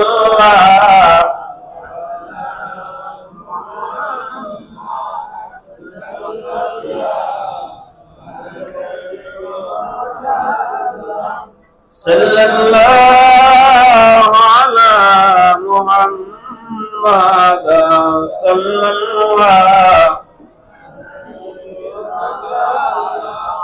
রাসূল পাক সাল্লাল্লাহু আলাইহি ওয়াসাল্লামের শিশুকালের আরেকটা ঘটনা বলি হাদিস থেকে আমি তার এই শিশুকাল শেষ করে অন্য আলোচনায় যাব। রাসূল পাক সাল্লাল্লাহু আলাইহি ওয়াসাল্লাম যখন ছোট ছিলেন, তার মায়ের গর্ভে যখন আসছেন তখনই তো তার বাবার ইন্তেকাল। কি বলেন ঠিক কি না? আপনারা জানেন না? যখন তার মায়ের গর্ভে আসেন তখন তার বাবার ইন্তেকাল। যখন তার মায়ের গর্ভে বয়স 2 মাস। কয় মাস? আপনাদের একটু মনোযোগ দিয়ে শুনলে আমি কথা বলতে পারবো, মনোযোগ দিয়ে না শুনলে তো কথা বলতে পারবো না। তার মায়ের গর্ভে যখন তার বয়স 2 মাস তখন তার বাবা দুনিয়া থেকে চলে যায়, ইন্তেকাল করেন। যখন তার বয়স 5 বছর কি 6 বছর তখন মায়েরও ইন্তেকাল হয়। এগুলো তো আপনারা কম বেশি ইতিহাস শুনেছেন। এরপর তার চাচা আবু তালেবের বাসায় তিনি লালিত পালিত হন। তার দাদার ইন্তেকাল হয় 8 বছর বয়সে। কয় বছর বয়সে? আব্দুল মুত্তালিব, খাজা আব্দুল মুত্তালিব তিনি ইন্তেকাল করেন। সমস্ত ছেলেদেরকে ডাকলেন যে আমার এই নাতি, খলিজার নাতি, যার বাবা জন্মের আগে দুনিয়া থেকে বিদায় হয়ে গেল, মুহাম্মদ, তাকে কি আছে তোমরা লালন পালন করবা, আমি তো দুনিয়া থেকে একদিন চলেই যাব। তিনি ভালোবেসে মায়া করে যত্ন করে আবু তালেব তার সন্তান তার কাছে দিয়ে গেলেন। বলুন না সুবহানাল্লাহ। এই আবু তালেব রাসূলকে এত ভালোবেসেছেন, যে সময় মক্কায় তিনি দিনের দাওয়াত দিয়েছিলেন, আমি শুরু দিয়ে বললাম না, আপনাদের বোঝানোর জন্য বলতেছি। একবার কাফেররা বলছিল আবু তালেব তোমরা একটু মুহাম্মদকে আমাদের হাতে ছেড়ে দাও। মক্কার বড় বড় কাফের লিডার আবু লাহাব, আবু জাহেল, উতবা, সাইবা এরা সকলেই বলেছিল যে মুহাম্মদকে আমাদের হাতে দাও। তখন আবু তালেব বলেছিল যেই দিন আবু তালেবের লাশ জমিনে থাকবে, তোমরা যেদিন তার বুকের উপর থেকে হেঁটে যেতে পারবা, সেই দিন তোমরা মুহাম্মদের গায়ে হাত তুলতে পারবা, এর আগে পারবা না। বলুন না সুবহানাল্লাহ। তিনি কিন্তু মুসলমান হয় নাই। আবু তালেব কি মুসলমান হয় নাই? আল্লাহ রাসূলের 10 জন চাচা ছিল। কয়জন? 10 জন চাচা ছিল। সিরাত ইবনে হিশামের কিতাবে লেখছেন, কোন জায়গায় 11 জন পাওয়া যায়। যাই হোক, এই 10 জনের ভিতরে 2 জন ছিল মুসলমান। কয়জন? হযরত আব্বাস রাদিয়াল্লাহু তাআলা আনহু এবং হামজা রাদিয়াল্লাহু তাআলা আনহু, এই 2 জন ছিল মুসলমান। অন্য চাচারা কেউ মুসলমান হয় নাই। এই আবু তালেব তিনি আছেন আলী রাদিয়াল্লাহু তাআলা আনহুর বাবা। আলী রাদিয়াল্লাহু তাআলা আনহুর বাবা। তার ছেলে কিন্তু মুসলমান হয়েছে এবং খলিফাতুল মুসলিমিনের একজন, কিন্তু বাবা মুসলমান হয় নাই। এই আবু তালেব আল্লাহ রাসূলকে জীবন দিয়ে ভালোবেসেছেন। কোনদিন তার গায়ে একটা টোকা দেওয়ার সাহস মক্কার মানুষ পায় নাই যতদিন আবু তালেব জীবিত ছিল। বলুন না সুবহানাল্লাহ। তার ব্যবসা ছিল, তিনি সিরিয়ায় রওনা দিলেন ব্যবসা করার জন্য। কোথায়? সিরিয়া রওনা করলেন। এই বুহাইরা পাদ্রীর ঘটনা আপনারা শুনেছেন, আমি বিস্তারিত বলবো না, সংক্ষেপে বলবো। তিনি কিতাবের ভিতর বর্ণনা করছেন 25 বছর অথবা 20 বছর এরকমের দীর্ঘদিন শুধু এই রোড থেকে যে মানুষ যায়, এই মানুষদেরকে তিনি শুধু মেহমানদারি করে। বলুন না সুবহানাল্লাহ। কিসের আশায়? তিনি তাওরাত কিতাবে পেয়েছেন যে এই রাস্তা দিয়ে একদিন শেষ জামানার নবী, আখিরি জামানার নবী মুহাম্মদুর রাসূলুল্লাহ সাল্লাল্লাহু আলাইহি ওয়াসাল্লাম এই রাস্তা দিয়ে একদিন হেঁটে যাবেন। এটা তিনি তাওরাত কিতাবে পড়েছেন। তাই এই রাস্তা থেকে যদি হেঁটে যায় আমি একটু তার দেখা দিব, সাক্ষাৎ করব। শুধু এই দিদারের আশায় তিনি 24-25, কোন বর্ণনা আছে 20 বছর পর্যন্ত শুধু যত মানুষ যায় মেহমানদারি করা আর সেই নবীকে খুঁজে। বলুন না সুবহানাল্লাহ। কিন্তু কোন দিন কোন তারিখ যাবে এটা তো আর লেখা নাই। কি বলেন ঠিক না? তিনি মেহমানদারি করায়। একদিন আবু তালেব তার দলবল নিয়ে যখন ব্যবসার জন্য গেলেন, এই বুহাইরা নামক জায়গায় তিনি তাবু গাড়লেন। এখানে মেহমানদের জন্য খবর দিলেন যে আপনাদেরকে এই পাদ্রীর বাসায় মেহমানদারি করানোর জন্য দাওয়াত দিয়েছে, আপনারা সকলে সেখানে যান। সবাই সেখানে গেলেন। নবী মুহাম্মদ রাসূলুল্লাহ সাল্লাল্লাহু আলাইহি ওয়াসাল্লাম তখন তো ছোট, 13-14 বছর বয়স। তিনি বলেন, চাচা আমি এখানে থাকি, একজন তো থাকতে হয় পাহারার জন্য, আমি এখানে থেকে যাই। বলুন না সুবহানাল্লাহ। আবু তালেব তিনি চিন্তা করলেন, আমার ভাতিজা সে যেহেতু থাকতে চায়, সে তো বিশ্বস্ত, আরেকজনকে রেখে গেলে তো এরকম বিশ্বাস পাওয়া যায় না, তাহলে সেই থাক। সবাই গেলেন, জিজ্ঞাসা করলেন আপনাদের দলের লোক যারা ছিলেন সবাই কি আসছেন না দুই একজন বাদ আছে? বলছে একজন বাকি আছে, সকলে আসছে। বলুন না সুবহানাল্লাহ। বলছে তাকে নিয়ে আসেন। বলছেন তিনি আমাদের তাবু পাহারার জন্য, মাল সামানা যে আছে পাহারার জন্য আছে, তাকে সেখানে রেখে আসে। বলছেন আমার এই এরিয়ার ভিতরে কোনো চোর নাই, আপনাদের কোনো মালামাল চুরি হবে না, এটা আপনারা বিশ্বাস করেন, তাকেও আপনারা নিয়ে আসেন। বলুন না সুবহানাল্লাহ। নবী মুহাম্মদ রাসূলুল্লাহ সাল্লাল্লাহু আলাইহি ওয়াসাল্লাম তখন শিশু ছিলেন, এখনো নবী হয় নাই। তাকেও দাওয়াত দিলেন, খবর পাঠাইলেন, নিয়ে গেলেন। বহায়রা পাত্রী তার মাথা থেকে পা পর্যন্ত তাকায় তিনি যতগুলো তাওরাত কিতাবে আলামত পেয়েছিলেন সব পেয়ে গেছেন, সব পেয়ে গেছেন। তার বিশ্বাস এইজন হবে নবী মুহাম্মদ রাসূলুল্লাহ সাল্লাল্লাহু আলাইহি ওয়াসাল্লাম। বলুন সুবহানাল্লাহ। এরপর জিজ্ঞাসা করতেছেন এর বাবাকে। আবু তালেব বলতেছে আমি তার বাবা। বলুন না সুবহানাল্লাহ। আসলে কি সে বাবা না চাচা? এখন বহেরা পাদ্রীর মাথা কেমন কেমন ঘোরে যে সব মিলল, কিন্তু শেষ জামানার যিনি নবী হবেন তার বাবা তো ইন্তেকাল করবেন, বাবা তো থাকবে না, কিন্তু বাবা তো ছে হয়ে গেল, এক কেমন অবস্থা। তিনি বলেন একটু সত্যি কথা বলেন, আপনি তার বাবা? বলেন আমার ভাতিজা, আমার ভাইয়ের ছেলে, কিন্তু আমি তাকে সন্তানের চাইতে বেশি ভালোবাসি। বলুন না সুবহানাল্লাহ। মানুষ বুঝতে পারে না যে আমার সন্তান না, আমি তাকে সন্তানের মতো দেখি, আমার ভাইয়ের ছেলে। এবার বহায়রা পাগড়ি দুই চোখের পানি ছেড়ে হাউমাউ করে কেঁদে দিলেন, আবেগবান হয়ে গেলেন। নবী মুহাম্মদ রাসূলুল্লাহ সাল্লাল্লাহু আলাইহি ওয়াসাল্লামকে জড়াইয়া ধরলেন। আমি দীর্ঘ বছর পর্যন্ত যার আশায় মেহমানদারি করে তার দিদার পেয়ে গেলাম, আমি তার দেখা পেয়ে গেলাম। ইনি হবেন আখিরি জামানার নবী মুহাম্মদ রাসূলুল্লাহ সাল্লাল্লাহু আলাইহি ওয়াসাল্লাম। বলুন সুবহানাল্লাহ। আল্লাহর রাসূলকে একজন ইহুদি পাদ্রী কেমন ভালোবাসেন, তার অর্থ সম্পদ দিয়ে শুধু মানুষকে মেহমানদারি করায়, শুধু একবার নবীকে দেখার জন্য। বলুন না সুবহানাল্লাহ। সে তো নবীর উম্মত না, সে তো অন্য নবীর উম্মত। কি বলেন ঠিক কিনা? সে তো তাওরাত কিতাবের একজন পাদ্রী, আর আমরা নবীর উম্মত হয়ে নবীকে কি ভালোবাসি বলেন। রাসূল পাক সাল্লাল্লাহু আলাইহি সাল্লামের ভালোবাসা কয়েকটা আপনাদেরকে হাদিস শোনাই, তার জীবনের উপরেই তো কথা বলবো। আসলে যার সম্পর্কে চেনা যায় না তাকে তো মহব্বত করা যায় না। সাহাবায়ে কেরাম তাদেরকে কেমন মহব্বত করতেন, তাদের ভালোবাসাটা কেমন ছিল, এমন দুই একটা হাদিস আপনাদেরকে একটু শোনাই যাই।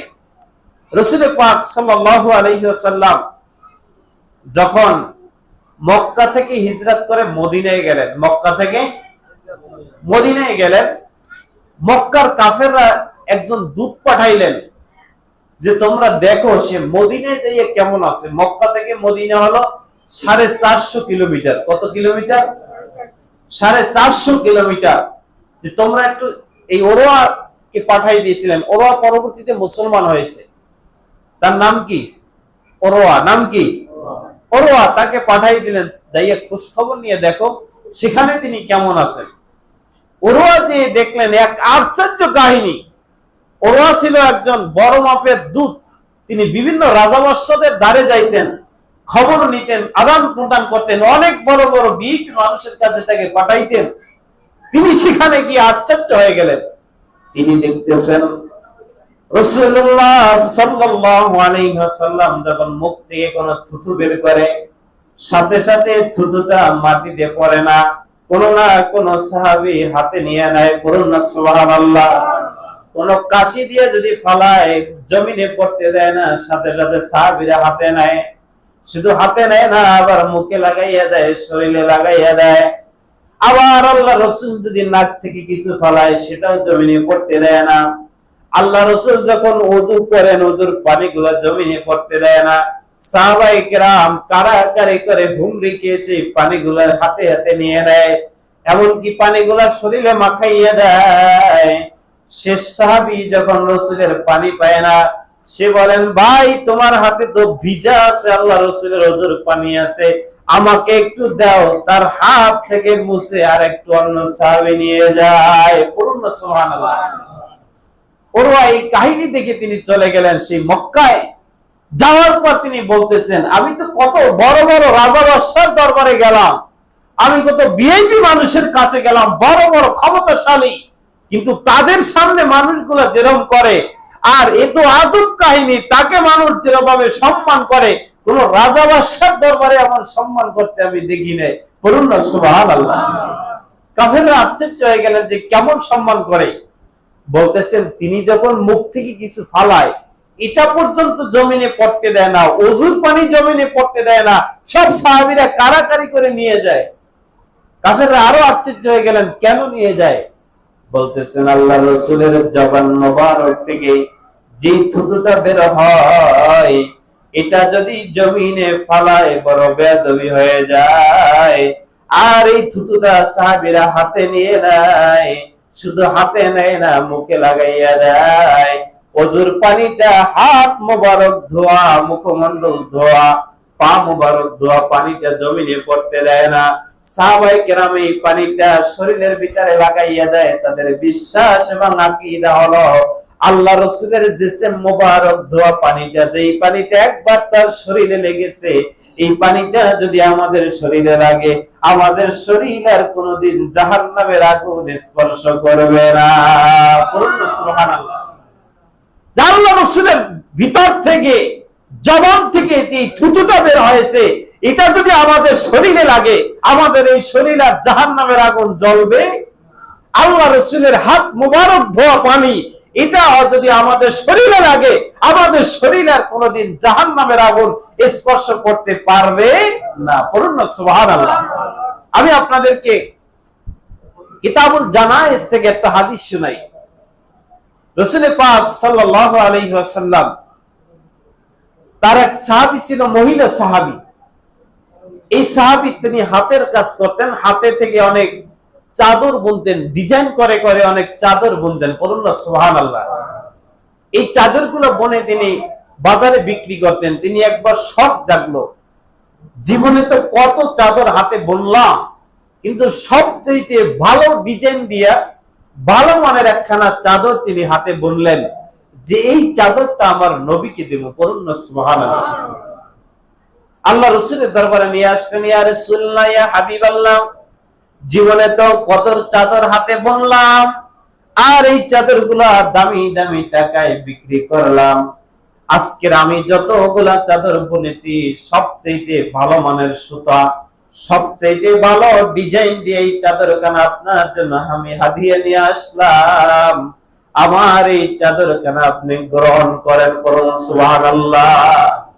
আল্লাহ রাসূল গ্রহণ করতে চায় নাই, কিন্তু মহিলার বিনয় দেখে, মহিলার কাকুতি দেখে আর এটা না রেখে পারলেন না, তিনি চাদরটা গ্রহণ করলেন।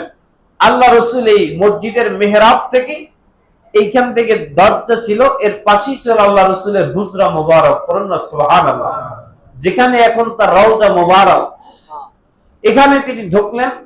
ঢোকার পরে চাদরটাকে তিনি ইজার হিসাবে, অর্থাৎ লুঙ্গি হিসাবে, হাদিসে আসেন ইজার, ইজার অর্থ লুঙ্গি, ইজার অর্থ কি? তিনি চাদরটাকে লুঙ্গির মতো পরে আবার সাহাবীদের মাঝে চলে আসলেন। পড়ুন না সুবহানাল্লাহ।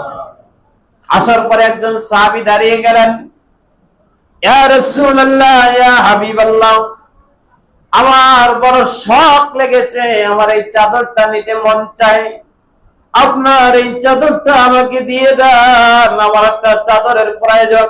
পড়ুন না সুবহানাল্লাহ। সাহাবীরা আশ্চর্য হয়ে গেলেন, তুমি কেমন মানুষ? এইমাত্র এক মহিলা, তিনি এইমাত্র আল্লাহ রাসূলকে দিলেন, তিনি কেবল হুজরা মুবারকে ঢুকলেন, শুধু একবার পড়লেন, এটাকে তোমার পছন্দ হয়েছে। হযরতে সাহাব রাদিয়াল্লাহু তাআলা আনহু থেকে হাদিসটা বর্ণনা। হযরতে সাহাব রাদিয়াল্লাহু তাআলা আনহু বলে, আমি ওই লোকটাকে জিজ্ঞাসা করলাম, তোমার কি আর চাদর রাসূলের পছন্দ হয় নাই, এটাই তোমার নিতে হয়? হযরতে সাহাব রাদিয়াল্লাহু তাআলা আনহু বলেন, আমি যখন তাকে জিজ্ঞাসা করলাম, তিনি দুই চোখের পানি ছেড়ে দিয়ে বললেন, সাহাল ভাই, আল্লাহ রসুলের দিকে যদি একবার তাকাই, জীবনে যত টেনশন থাকে, চিন্তা থাকে, দুশ্চিন্তা থাকে, সব দূর হয়ে যায়। মনে যদি কোনো কষ্ট থাকে, মনটা দূর হয়ে যায়, কষ্টটা দূর হয়ে যায়, মনটা ফ্রেশ হয়ে যায়। আর যদি কোনো পেটে ক্ষুধা থাকে, আমার নবীর দিকে যখন একবার তাকায়, আমাদের ক্ষুধা থাকে না, ক্ষুধা দূর হয়ে যায়। আল্লাহ রসুল তো এত সুন্দর, আজকের তিনি যে এই চাদরটা একবার পরলেন, এই চাদর ডিজাইন করা চাদরটা পরে এত আবেগবান হয়ে গেছি, আল্লাহ রসুলকে এত সুন্দর আর আমি কখনো দেখি নাই। বলুন সুবহানাল্লাহ। বলে সুন্দর দেখি তোমার এটা নিতে হইবে। বসে বাবা, ও আমার ভাইরা, সুন্দরের জন্য আমি এই চাদরটা নিলাই।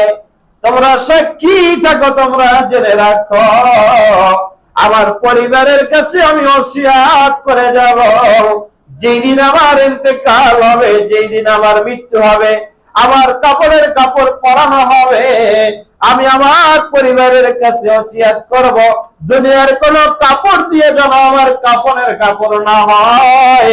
আমার নবী সরকারে দো আলম রাহমাতুল লিল আলামিনের শরীর মোবারকে যে চাদরটা একবার লেগেছে, এই চাদরটা দিয়ে যেন আমার কাফনের কাপড় হয়। আমি যখন কবরে যাব, মুনকার নাকির সওয়ালের জবাব নিতে আসবে, তখন মুনকার নাকির দেখি আমার থেকে দূরে সরে যাবে। রাহমাতুল লিল আলামিনের শরীর মোবারকে লাগা চাদরটা দিয়ে তার কাফনের কাপড়। আর আমি এই চাদরটা পরে যদি হাসরের ময়দানে উঠি, আমার বিশ্বাস কবরে কোনো আযাব হবে না, হাসরের ময়দানে আমার কোনো আযাব হবে না। আমার এই শরীরটা, আমার এই জিসমটা কোনোদিন জাহান্নামের আগুন আর স্পর্শ করবে না। পড়ুন না সুবহানাল্লাহ। আল্লাহ রাসূলের শরীর মোবারকের সাথে একবার যে চাদরটা লেগেছে, এটা যদি আমার শরীরে লাগে, এটা দিয়ে যদি আমার কাপড়ের কাপড় হয়, আমার বিশ্বাস এই শরীর আর কোনোদিন জাহান্নামের আগুন স্পর্শ করবে না। সাহাবায়ে কেরাম কেমন ভালোবাসতেন, আমি আপনাদেরকে ভালোবাসার আর একটা হাদিস শোনাই। একজন সাহাবী ছিল, হাবশী সাহাবী। হাবশী ছিলেন বেলাল হাবশী, যে একেবারে কালো কুৎসিত, চেহারা ভালো না, একেবারে গরিব সাহাবী। তিনি কাঁচা মালের ব্যবসা করতেন। হাদিসের ব্যাখ্যায় লিখেছেন তিনি কৃষি কাজও করতেন, বাড়িতে ফসল টসল দিতেন। আচ্ছা, আমাদের দেশে যারা মাঠে ঘাটে কাজ করে রোদ্রে, এদের গায়ের থেকে কি সুগন্ধ আসে না দুর্গন্ধ আসে? একটু কথা বলেন, সুগন্ধ আসে না দুর্গন্ধ আসে? আপনি যদি মাঠে সারাদিন কাজ করেন, শরীর থেকে ঘাম আসে না? এরপরে যদি আপনি পেঁয়াজ বেচেন বা অন্যান্য তরকারি বেচেন, কাঁচা তরকারি যদি পচে, এদিকে কি সুঘ্রাণ আসে না দুর্গন্ধ আসে? রাসূল পাক সাল্লাল্লাহু আলাইহি ওয়াসাল্লামের এই হাবশী সাহাবী, তিনি কাঁচা মালের ব্যবসা করতেন, সারাদিন মাঠে কাজ করতেন, শরীরের পোশাক বেশি ভালো ছিল না, আবার শরীর থেকে দুর্গন্ধ আসতো, বা নিজের কাছে খারাপ লাগতো যে সাহাবীরা কত ভালো ভালো পোশাক পরে, সুগন্ধি লাগাই আল্লাহ রাসূলের কাছে যায়, কত তাদের সুন্দর চেহারা। আমি একজন হাবশী মানুষ, কালো মানুষ, আল্লাহ রাসূলের কাছে যাব, আমার থেকে দুর্গন্ধ আসবে, আল্লাহ রাসূল যদি দুর্গন্ধ পেয়ে একটু কষ্ট পায়, না জানি আমার আল্লাহ আমার উপর বেজার হয়ে যায়। সুবহানাল্লাহ। কিন্তু আল্লাহ রাসূলের তিনি কোনোদিন কাছে যায় নাই, কোনোদিন কাছে যায় নাই। কিন্তু রাসূলকে কেমন ভালোবাসতেন, সকালবেলা যদি কাজে যাইতেন, দূর থেকে দাঁড়াইয়া একবার আল্লাহ রাসূলকে মায়ার নজরে তাকাই দেখতেন, দেখে যাইতেন। পূর্ণ সুবহানাল্লাহ। আবার যখন কাজ শেষে বাজার থেকে আসতেন, বাড়িতে যাইবেন, এর আগে আল্লাহ রাসূলের দিকে তাকাই আল্লাহ রাসূলকে মন ভরে প্রাণ ভরে দেখে এরপর বাড়িতে যাইতেন। পূর্ণ সুবহানাল্লাহ। কাজে যাওয়ার আগে একবার, কাজ থেকে আসার আগে একবার, আবার সুযোগ পাইলেই মন চাইলে আল্লাহ রাসূলের দরবারে যায়। যতক্ষণ মন চায় দুই চোখ তাকিয়ে থাকে, ততক্ষণ তাকিয়ে থাকে, আল্লাহ রাসূলকে প্রাণ ভরে দেখে, আল্লাহ রাসূলকে যতক্ষণ মন চায় ততক্ষণ দেখে, কিন্তু কোনদিন আল্লাহ রাসূলের কাছে আয় নাই। পড়ুন সুবহানাল্লাহ। আল্লাহ রাসূল বুঝতে পারেছেন আমার যে আশিক, এ তো আমারে অনেক ভালোবাসে, আমারে অনেক ভালোবাসে, কিন্তু হৃদয় থেকে যে কেমন ভালোবাসে আল্লাহ রসুল নিজেও বুঝতে পেরেছেন। কিন্তু দুঃখ একটাই যে কেন আমার কাছে আসে না। আল্লাহ রসুল একবার খোঁজ নিয়ে তার বাড়িতে চলে গেলেন, করুন না সুবহানাল্লাহ। তার বাড়িতে যখন চলে গেলেন, একটু মুহাম্মাদের দুরূদ শরীফ পড়ুন, আল্লাহুম্মা সাল্লি আলা সাইয়্যিদিনা মাওলানা মুহাম্মদ ওয়ালা আলি সাইয়্যিদিনা মাওলানা মুহাম্মদ। হাজিরিন, যে হাদিসটা বলতেছিলাম, আল্লাহ রাসূল খোঁজ নিয়ে তার বাড়িতে চলে গেলেন, যে সাহাবীর নাম করে ডাক দিলেন, ঘর থেকে আওয়াজ দিলেন, তিনি তো বাসায় নাই, তিনি বাজারে গেছেন মালামাল বিক্রি করতে, করুন না সুবহানাল্লাহ।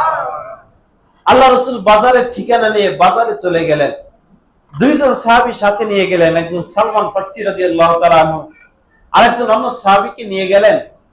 যেই তাকে দেখলেন বাজারে মালামাল বিক্রি করতেছে, দূর থেকে দেখতেছেন মাল দেয়, যারা রিয়াল দিনার দিরহাম এগুলো গ্রহণ করে, আবার মাল দিতেছে।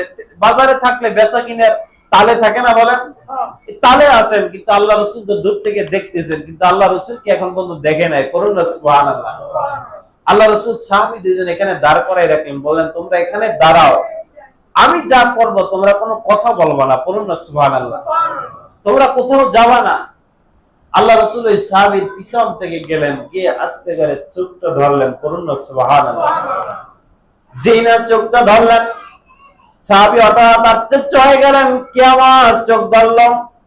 সাথে সাথে চোখ থেকে বুঝতে পেরেছেন এই হাত তো কোনো সাধারণ হাত না, এ তো আমার নবী মুহাম্মদুর রাসূলুল্লাহ সাল্লাল্লাহু আলাইহি ওয়াসাল্লামের হাত মোবারক। আস্তে করে সাহাবীর শরীরতে ছেড়ে দিলেন, পড়ে যায় জমিনের ভিতরে। আল্লাহ রাসূল এবার চোখটা ছেড়ে বুকের এইখান থেকে জোর করে ধরলেন, সাহাবী পড়ো না, ওঠো ওঠো। আল্লাহ রাসূল যত ধরেন সাহাবী আরো শরীরটাকে ঢিল দেয়, করুন না সুবহানাল্লাহ। শরীরটা আরো ঢিল দেয়, শরীরটা আরো ছেড়ে দেয়, আস্তে আস্তে জমিনে পড়ে যায়। আল্লাহ রাসূল আরো জোর করে ধরে উপরে জায়গায়, সাহাবী জাগো, পড়ো না, তোমার কি হয়েছে? আমি নবী মুহাম্মদ রাসূলুল্লাহ, তুমি জমিনে পড়ে যেও না, ওঠো ওঠো ওঠো। আল্লাহ রাসূল আরো জোর করে ধরে, তিনি আরো ছেড়ে দেয়।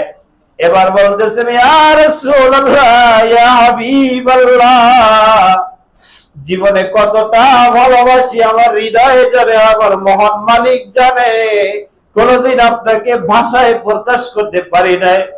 আমার শরীর থেকে দুর্গন্ধ আসে, ভালো কাপড় চোপড় পরতে পারি না, আপনার কাছে যাই না, কিন্তু আপনার ভালোবাসা আমার শরীরে কোনো অংশে কম না, কিন্তু আপনার কাছে যাই না যদি আপনি আমার থেকে দুর্গন্ধের কারণে কষ্ট পান, না জানি আল্লাহ আমার উপর বেজার হয়ে যায়, এই জন্য প্রতিদিন আমি দূর থেকে আপনাকে দেখে যাই।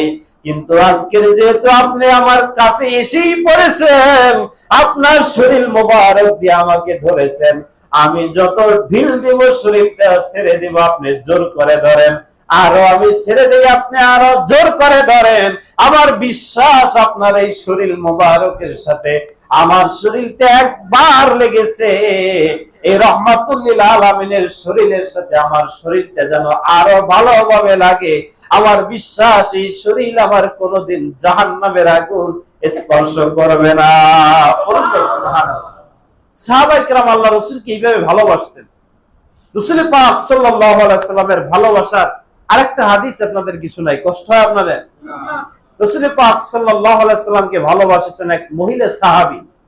আমাকে যে টাইম দেওয়া হয়েছে ইনশাআল্লাহ টাইমের ভিতরেই আপনাদের শেষ করে দেব, টেনশন করেন, অল্প সময় আলোচনা করব, এরপরে ছেড়ে দেব। মুহাব্বতের দুরূদ শরীফ পড়ুন, আল্লাহুম্মা সাল্লি আলা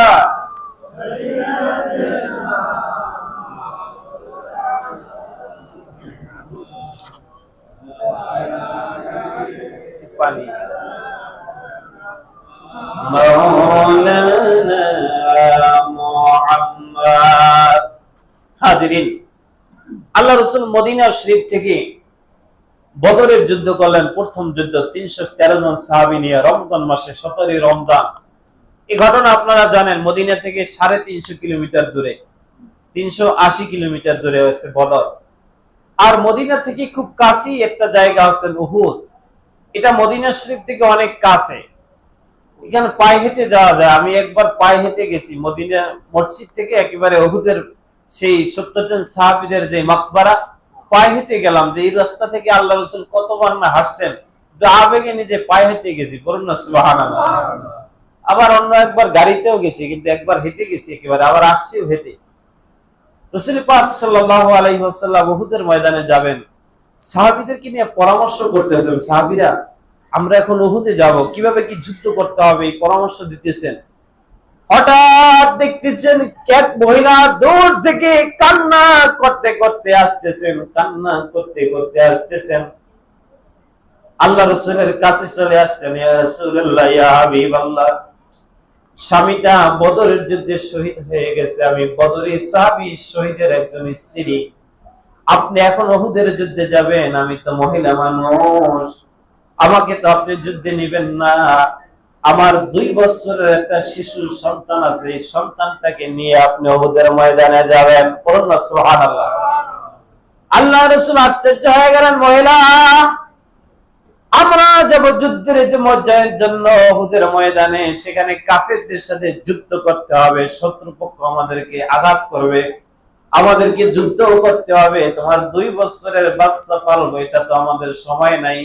একে পালতে তো আমার আরো 2 জন অথবা একজন সাহাবীর প্রয়োজন হবে। কি বলেন, ঠিক না? 2 বছরের শিশু তো কিছু পারবে না, একে পালার জন্য আরো আমার 1 2 জন সাহাবী পিছনে যাবে, আমরা যাব যুদ্ধ করতে। মহিলা 2 চোখের পানি ছেড়ে দিলেন, আরো হাওয়াও করে কেঁদে দিলেন, ইয়া রাসূলুল্লাহ, ইয়া হাবিবাল্লাহ, আপনি আমার সন্তানটাকে লালন পালন করবেন, এই জন্য আপনার কাছে দেই না। আপনি যখন উহুদের ময়দানে যুদ্ধের জন্য যাবেন, কাফেররা যখন আপনাকে তীর মারবে, কাফেররা যখন আপনার দিকে পাথর মারবে, কঙ্কর মারবে, আপনার সামনে ঢাল ধরবেন, আপনার সামনে আমার সন্তানটাকে ধরবেন। আপনার সামনে যখন আমার এই শিশু সন্তানটা থাকবে, এই নিষ্ঠুর কাফেরদের মায়ার কারণে হয়তো আপনাদের কাছে আপনার দিকে তীর নিক্ষেপ করবে না, পাথর নিক্ষেপ করবে না, কঙ্কর নিক্ষেপ করবে না। আর নিষ্ঠুর কাফেররা যদি কঙ্কর নিক্ষেপ করেই ফেলে, তীর যদি নিক্ষেপ করে, আমার এই সন্তানের গায়ে লাগবে, আপনার শরীর মোবারকে লাগবে না। বলুন সুবহানাল্লাহ। আপনার শরীর মোবারকে লাগবে না। আপনার সামনে যদি আমার সন্তানটাকে ধরেন, হয়তো এই কাফেরদের মায়ার কারণে তীর আপনার দিকে ছুড়বে না অথবা পাথর মারবে না।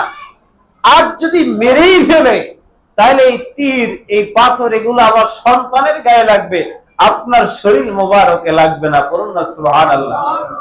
আর আমার এই সন্তানটা যখন শহীদ হয়ে যাবে, তখন আমি বদরি সাহাবীর শহীদের স্ত্রী, আর উহুদের যুদ্ধের পরে হয়ে যাব আমি একজন শহীদের মা। বলুন না সুবহানাল্লাহ।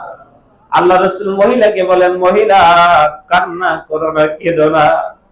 তুমি যদি কিয়ামতের ময়দানে শহীদের মা, শহীদের স্ত্রী দাবি করো, হইতে রসিলে তুমি জান্নাত পাবা।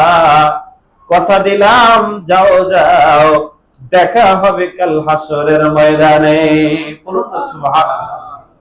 2 বছরের শিশু সন্তান আল্লাহ রাসূলের কদম মোবারকে অক্ষ করে দিলেন, যে এই কাফেররা যখন তীর মারবে, আমার বাচ্চার গায়ে লাগবে, শিশুর গায়ে লাগবে, কিন্তু আপনার শরীরে যেন না লাগে। বলুন না সুবহানাল্লাহ। এটা ছিল সাহাবীদের ভালোবাসা, এটা ছিল সাহাবীদের মহব্বত। আর আপনার আমার কিসের মহব্বত, কিসের ভালোবাসা, কিসের উম্মত দাবি করি? কি বলেন, ঠিক না? এদের মতো আমরা এখন পর্যন্ত ভালোবাসতে পারি নাই। কি বলেন, পারছি? এদের মতো যখন আপনি ভালোবাসবেন, তখন সত্যিকারের উম্মত হতে পারবেন, সত্যিকারের নবীর উম্মত দাবি করতে পারবেন। কি বলেন, ঠিক না? এছাড়া নবীর উম্মত দাবি করলে এটা মৌখিক দাবি করা, কিন্তু আপনার আমার অন্তরে এরকমের মহব্বত থাকতে হবে। কি বলেন, ঠিক না? যেটা মহব্বতে দুরূদ শরীফ পড়ুন, সাল্লাল্লাহু আলা মুহাম্মাদ সাল্লাল্লাহু সাল্লাল্লাহু আলা মুহাম্মাদ সাল্লাল্লাহু আলাইহি ওয়াসাল্লাম। হাজিরিন, আল্লাহ রাসূলকে শুধু সাহাবায়ে কেরাম মানুষ ভালোবাসেন এরকমের না, আল্লাহ রাসূলকে মরা পাথর, কঙ্কর, পাহাড়, গাছপালা, তরু লতা সবাই ভালোবাসেন। পড়ুন না সুবহানাল্লাহ।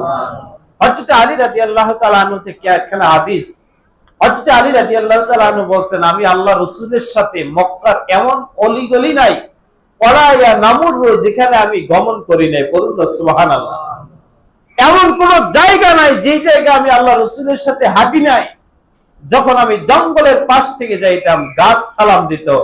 যখন আমি কোন পশু পাখির মেলের পাশ থেকে যাইতাম, পশু পাখি সালাম দিত। যখন মরুভূমি থেকে যাইতাম, বালুকণা আল্লাহ রাসূলকে সালাম দিত। যখন কোন পাহাড়ের পাশ থেকে হেঁটে যাইতাম, এই মরা পাথর পর্যন্ত সালাম দিত। আসসালাতু ওয়াসসালামু আলাইকা ইয়া রাসূলুল্লাহ। পড়ুন না সুবহানাল্লাহ। আমি আপনাদেরকে আর একটা হাদিস শোনাই, এরপরে আমার আলোচনা শেষ করার চেষ্টা করব ইনশাআল্লাহ। রাসূল আরবি সাল্লাল্লাহু আলাইহি ওয়াসাল্লাম মদিনায় একটা মসজিদ করলেন, মসজিদে নাম মসজিদে নববী। আল্লাহ রাসূল যখন মক্কা থেকে মদিনায় গেলেন, সর্বপ্রথম যে মসজিদটা করলেন এটার নাম হচ্ছে মসজিদে কুবা। মসজিদে, এটা মদিনা শরীফ থেকে 9 কিলোমিটার। কয় কিলোমিটার? তা উত্তর দিকে সম্ভবত 9 কিলোমিটার। আমি একবার পায়ে হেঁটে গেছি আর একবার গাড়িতে গেলাম। এটার একটা হাদিস আছে, শনিবার দিন যদি কেউ পায়ে হেঁটে যায়, 2 রাকাত নফল নামাজ আদায় করে, তার আমল নামায় একটা উমরা হজের সওয়াব লেখা হয়। পড়ুন না সুবহানাল্লাহ। এই মসজিদে কুবা এটা প্রথম মসজিদ আল্লাহ রাসূল মদিনায় গিয়ে নির্মাণ করছেন। এই পৃথিবীর জমিনে যতগুলো মসজিদ আছে, 4th নম্বরের ফজিলত এই মসজিদে কুবা।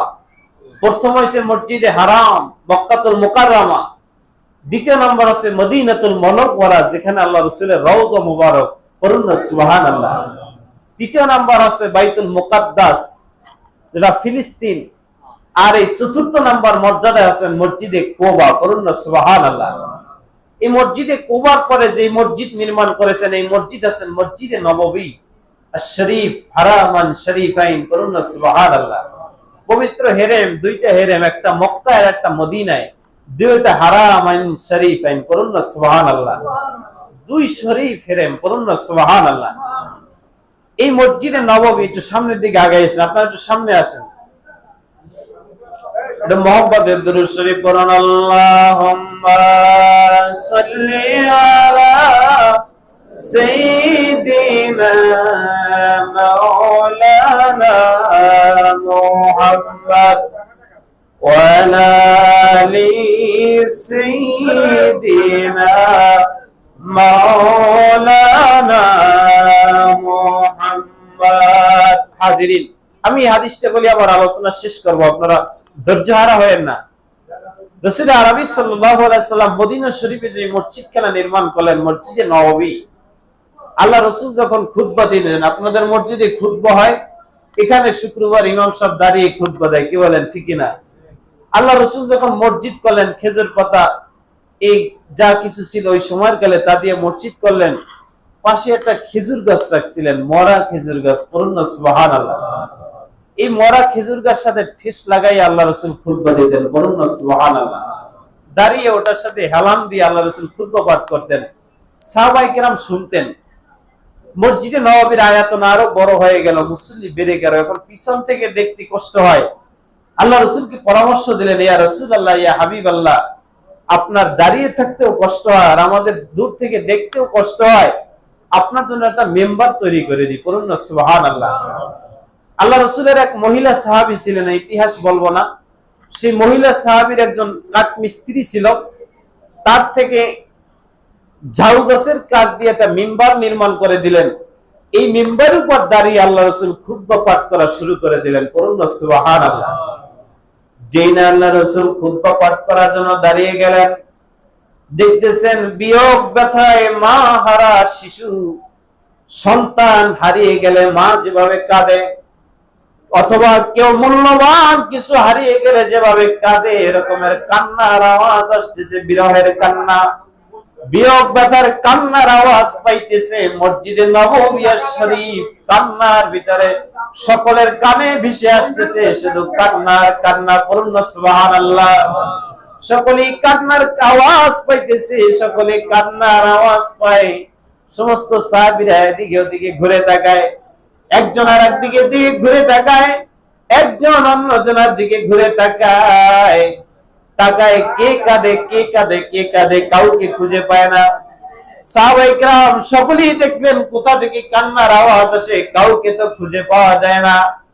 রাসূল আরবি সাল্লাল্লাহু আলাইহি ওয়াসাল্লাম বুঝতে পেরেছেন, সাহাবীরা তোমাদের আর তাকাইতে হবে না, তোমরা স্থির হয়ে যাও আর আমার সাথে 2-3 জন সাহাবী চলে আসো। এইখানে যে খেজুর গাছটা রেখেছি এই গাছটার কাছে যাও, যে দেখো গাছটার ভিতর থেকে কান্নার আওয়াজ আসতেছে। বলুন সুবহানাল্লাহ। কয়েকজন সাহাবী নিয়ে আল্লাহ রাসূল খেজুর গাছের কাছে চলে গেলেন। দেখতেছেন শুকনো একটা খেজুর গাছ, উস্তুনে হান্নানা। এখনো মদিনা শরীফে একখানা খুঁটি আছেন, যে খুঁটির নাম উস্তুনে হান্নানা। সেই খেজুর গাছটা শুকনো খেজুর গাছ পানিতে ভিজে গেল।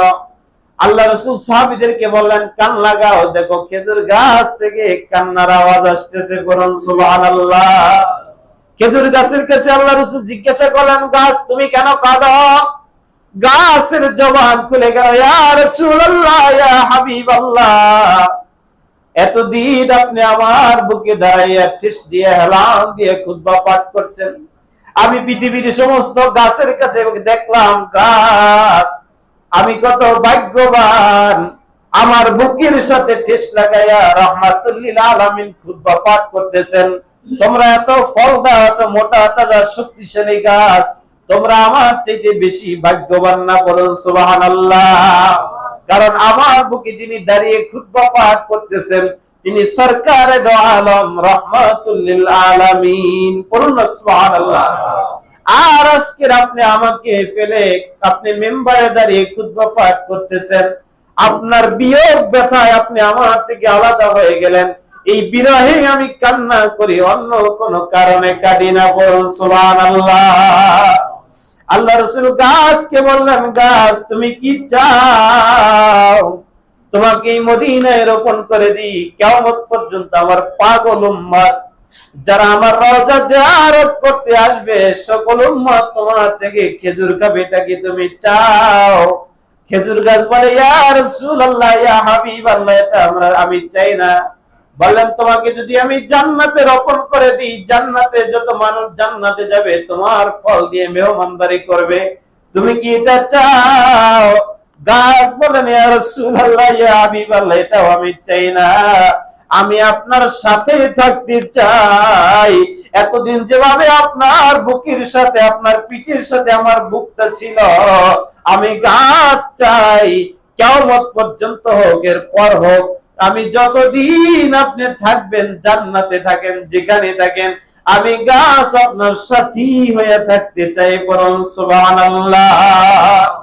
আল্লাহ রাসূল বলেন, সাহাবীরা তোমরা সাক্ষী থাকো, আমি কথা দিলাম এই উস্তুনে হান্নানা কাল কিয়ামতের ময়দানে আমার সাথে জান্নাতে বসবাস করবে। বলুন সুবহানাল্লাহ। আস্তে করে গাছের কান্না থেমে গেল। বলুন সুবহানাল্লাহ। আল্লাহ রাসূলের থেকে গাছ আলাদা হতে চায় না, গাছ চায় আল্লাহ রাসূলের সাথে থাকতে। আল্লাহ রাসূল বলেন, আমি তোমাকে নিয়ে জান্নাতে যাব। বলুন সুবহানাল্লাহ। সাহাবায়ে কেরামকে বললেন, এই গাছখানা এখানে তোমরা মাটি সরাইয়া মাটির নিচে এখানে কবর দিয়ে রাখো। বলুন সুবহানাল্লাহ। আজও পর্যন্ত গাছ সেখানে আছে। আল্লাহ রাসূল যে রওজা আতহারে শহীদ তার কাছাকাছি সেই গাছটা এখনো মাটির নিচে আল্লাহ রাসূলের কাছাকাছি শুয়ে আছে। কাল কিয়ামতের ময়দানে তিনি হাসরের ময়দানে উঠবেন, তিনি আল্লাহ রাসূলের সাথে জান্নাতে যাবেন। বলুন সুবহানাল্লাহ। তাহলে একটা মরা গাছ যেটার কোনো প্রাণ নাই সেটাও আল্লাহ রাসূলকে ভালোবাসেন। বলুন সুবহানাল্লাহ। এই ভালোবাসা, এরকমের ভালোবাসা আপনার আমার অন্তরে থাকতে হবে, তাহলে আমরা সত্যিকারে মুমিন মুসলমান হতে পারবো। কি বলেন, ঠিক কিনা? তাহলে না আমরা সত্যিকারে মুসলমান মুমিন আল্লাহ রসুলের খাঁটি উম্মত হতে পারবো, না হলে খাঁটি উম্মত দাবি করা যাবে না। যদি এরকমের মহব্বত আসে আল্লাহ রসুলের প্রতি, আল্লাহর উপর ঈমান এনেছি, আল্লাহ রসুলের উপর ঈমান এনেছি, আল্লাহ রসুলকে যদি ভালোবাসতে পারি। وعن انس رضي الله تعالى عنه قال قال رسول الله صلى الله عليه وسلم لا يؤمن احدكم حتى اكون احب اليه من والده وولده والناس اجمعين। যতক্ষণ পর্যন্ত তোমার ছেলে, তোমার জন্মদাতা পিতা অন্যান্য মানুষদের চেয়ে আমি নবীকে বেশি ভালো না বাসবা, অতক্ষণ পর্যন্ত তোমরা কামেলে মুমিন হতে পারবা না।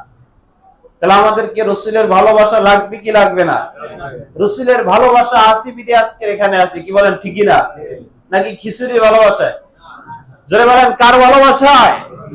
সেই রসুলকে যদি ভালোবাসেন, দিল খুলে জবান খুলে দুরূদ শরীফ পড়েন, সাল্লাল্লাহু আলা মুহাম্মাদ সাল্লাল্লাহু আলাইহি ওয়াসাল্লাম।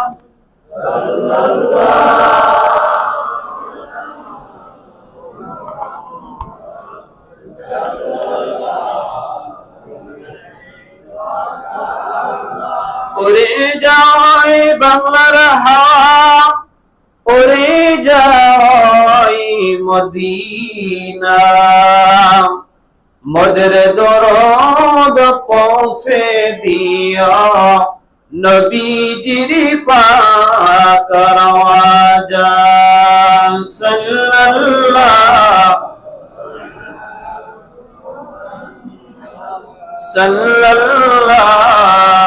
আলাইহি ওয়াসাল্লাম। সাল্লাল্লাহু আলা মুহাম্মাদ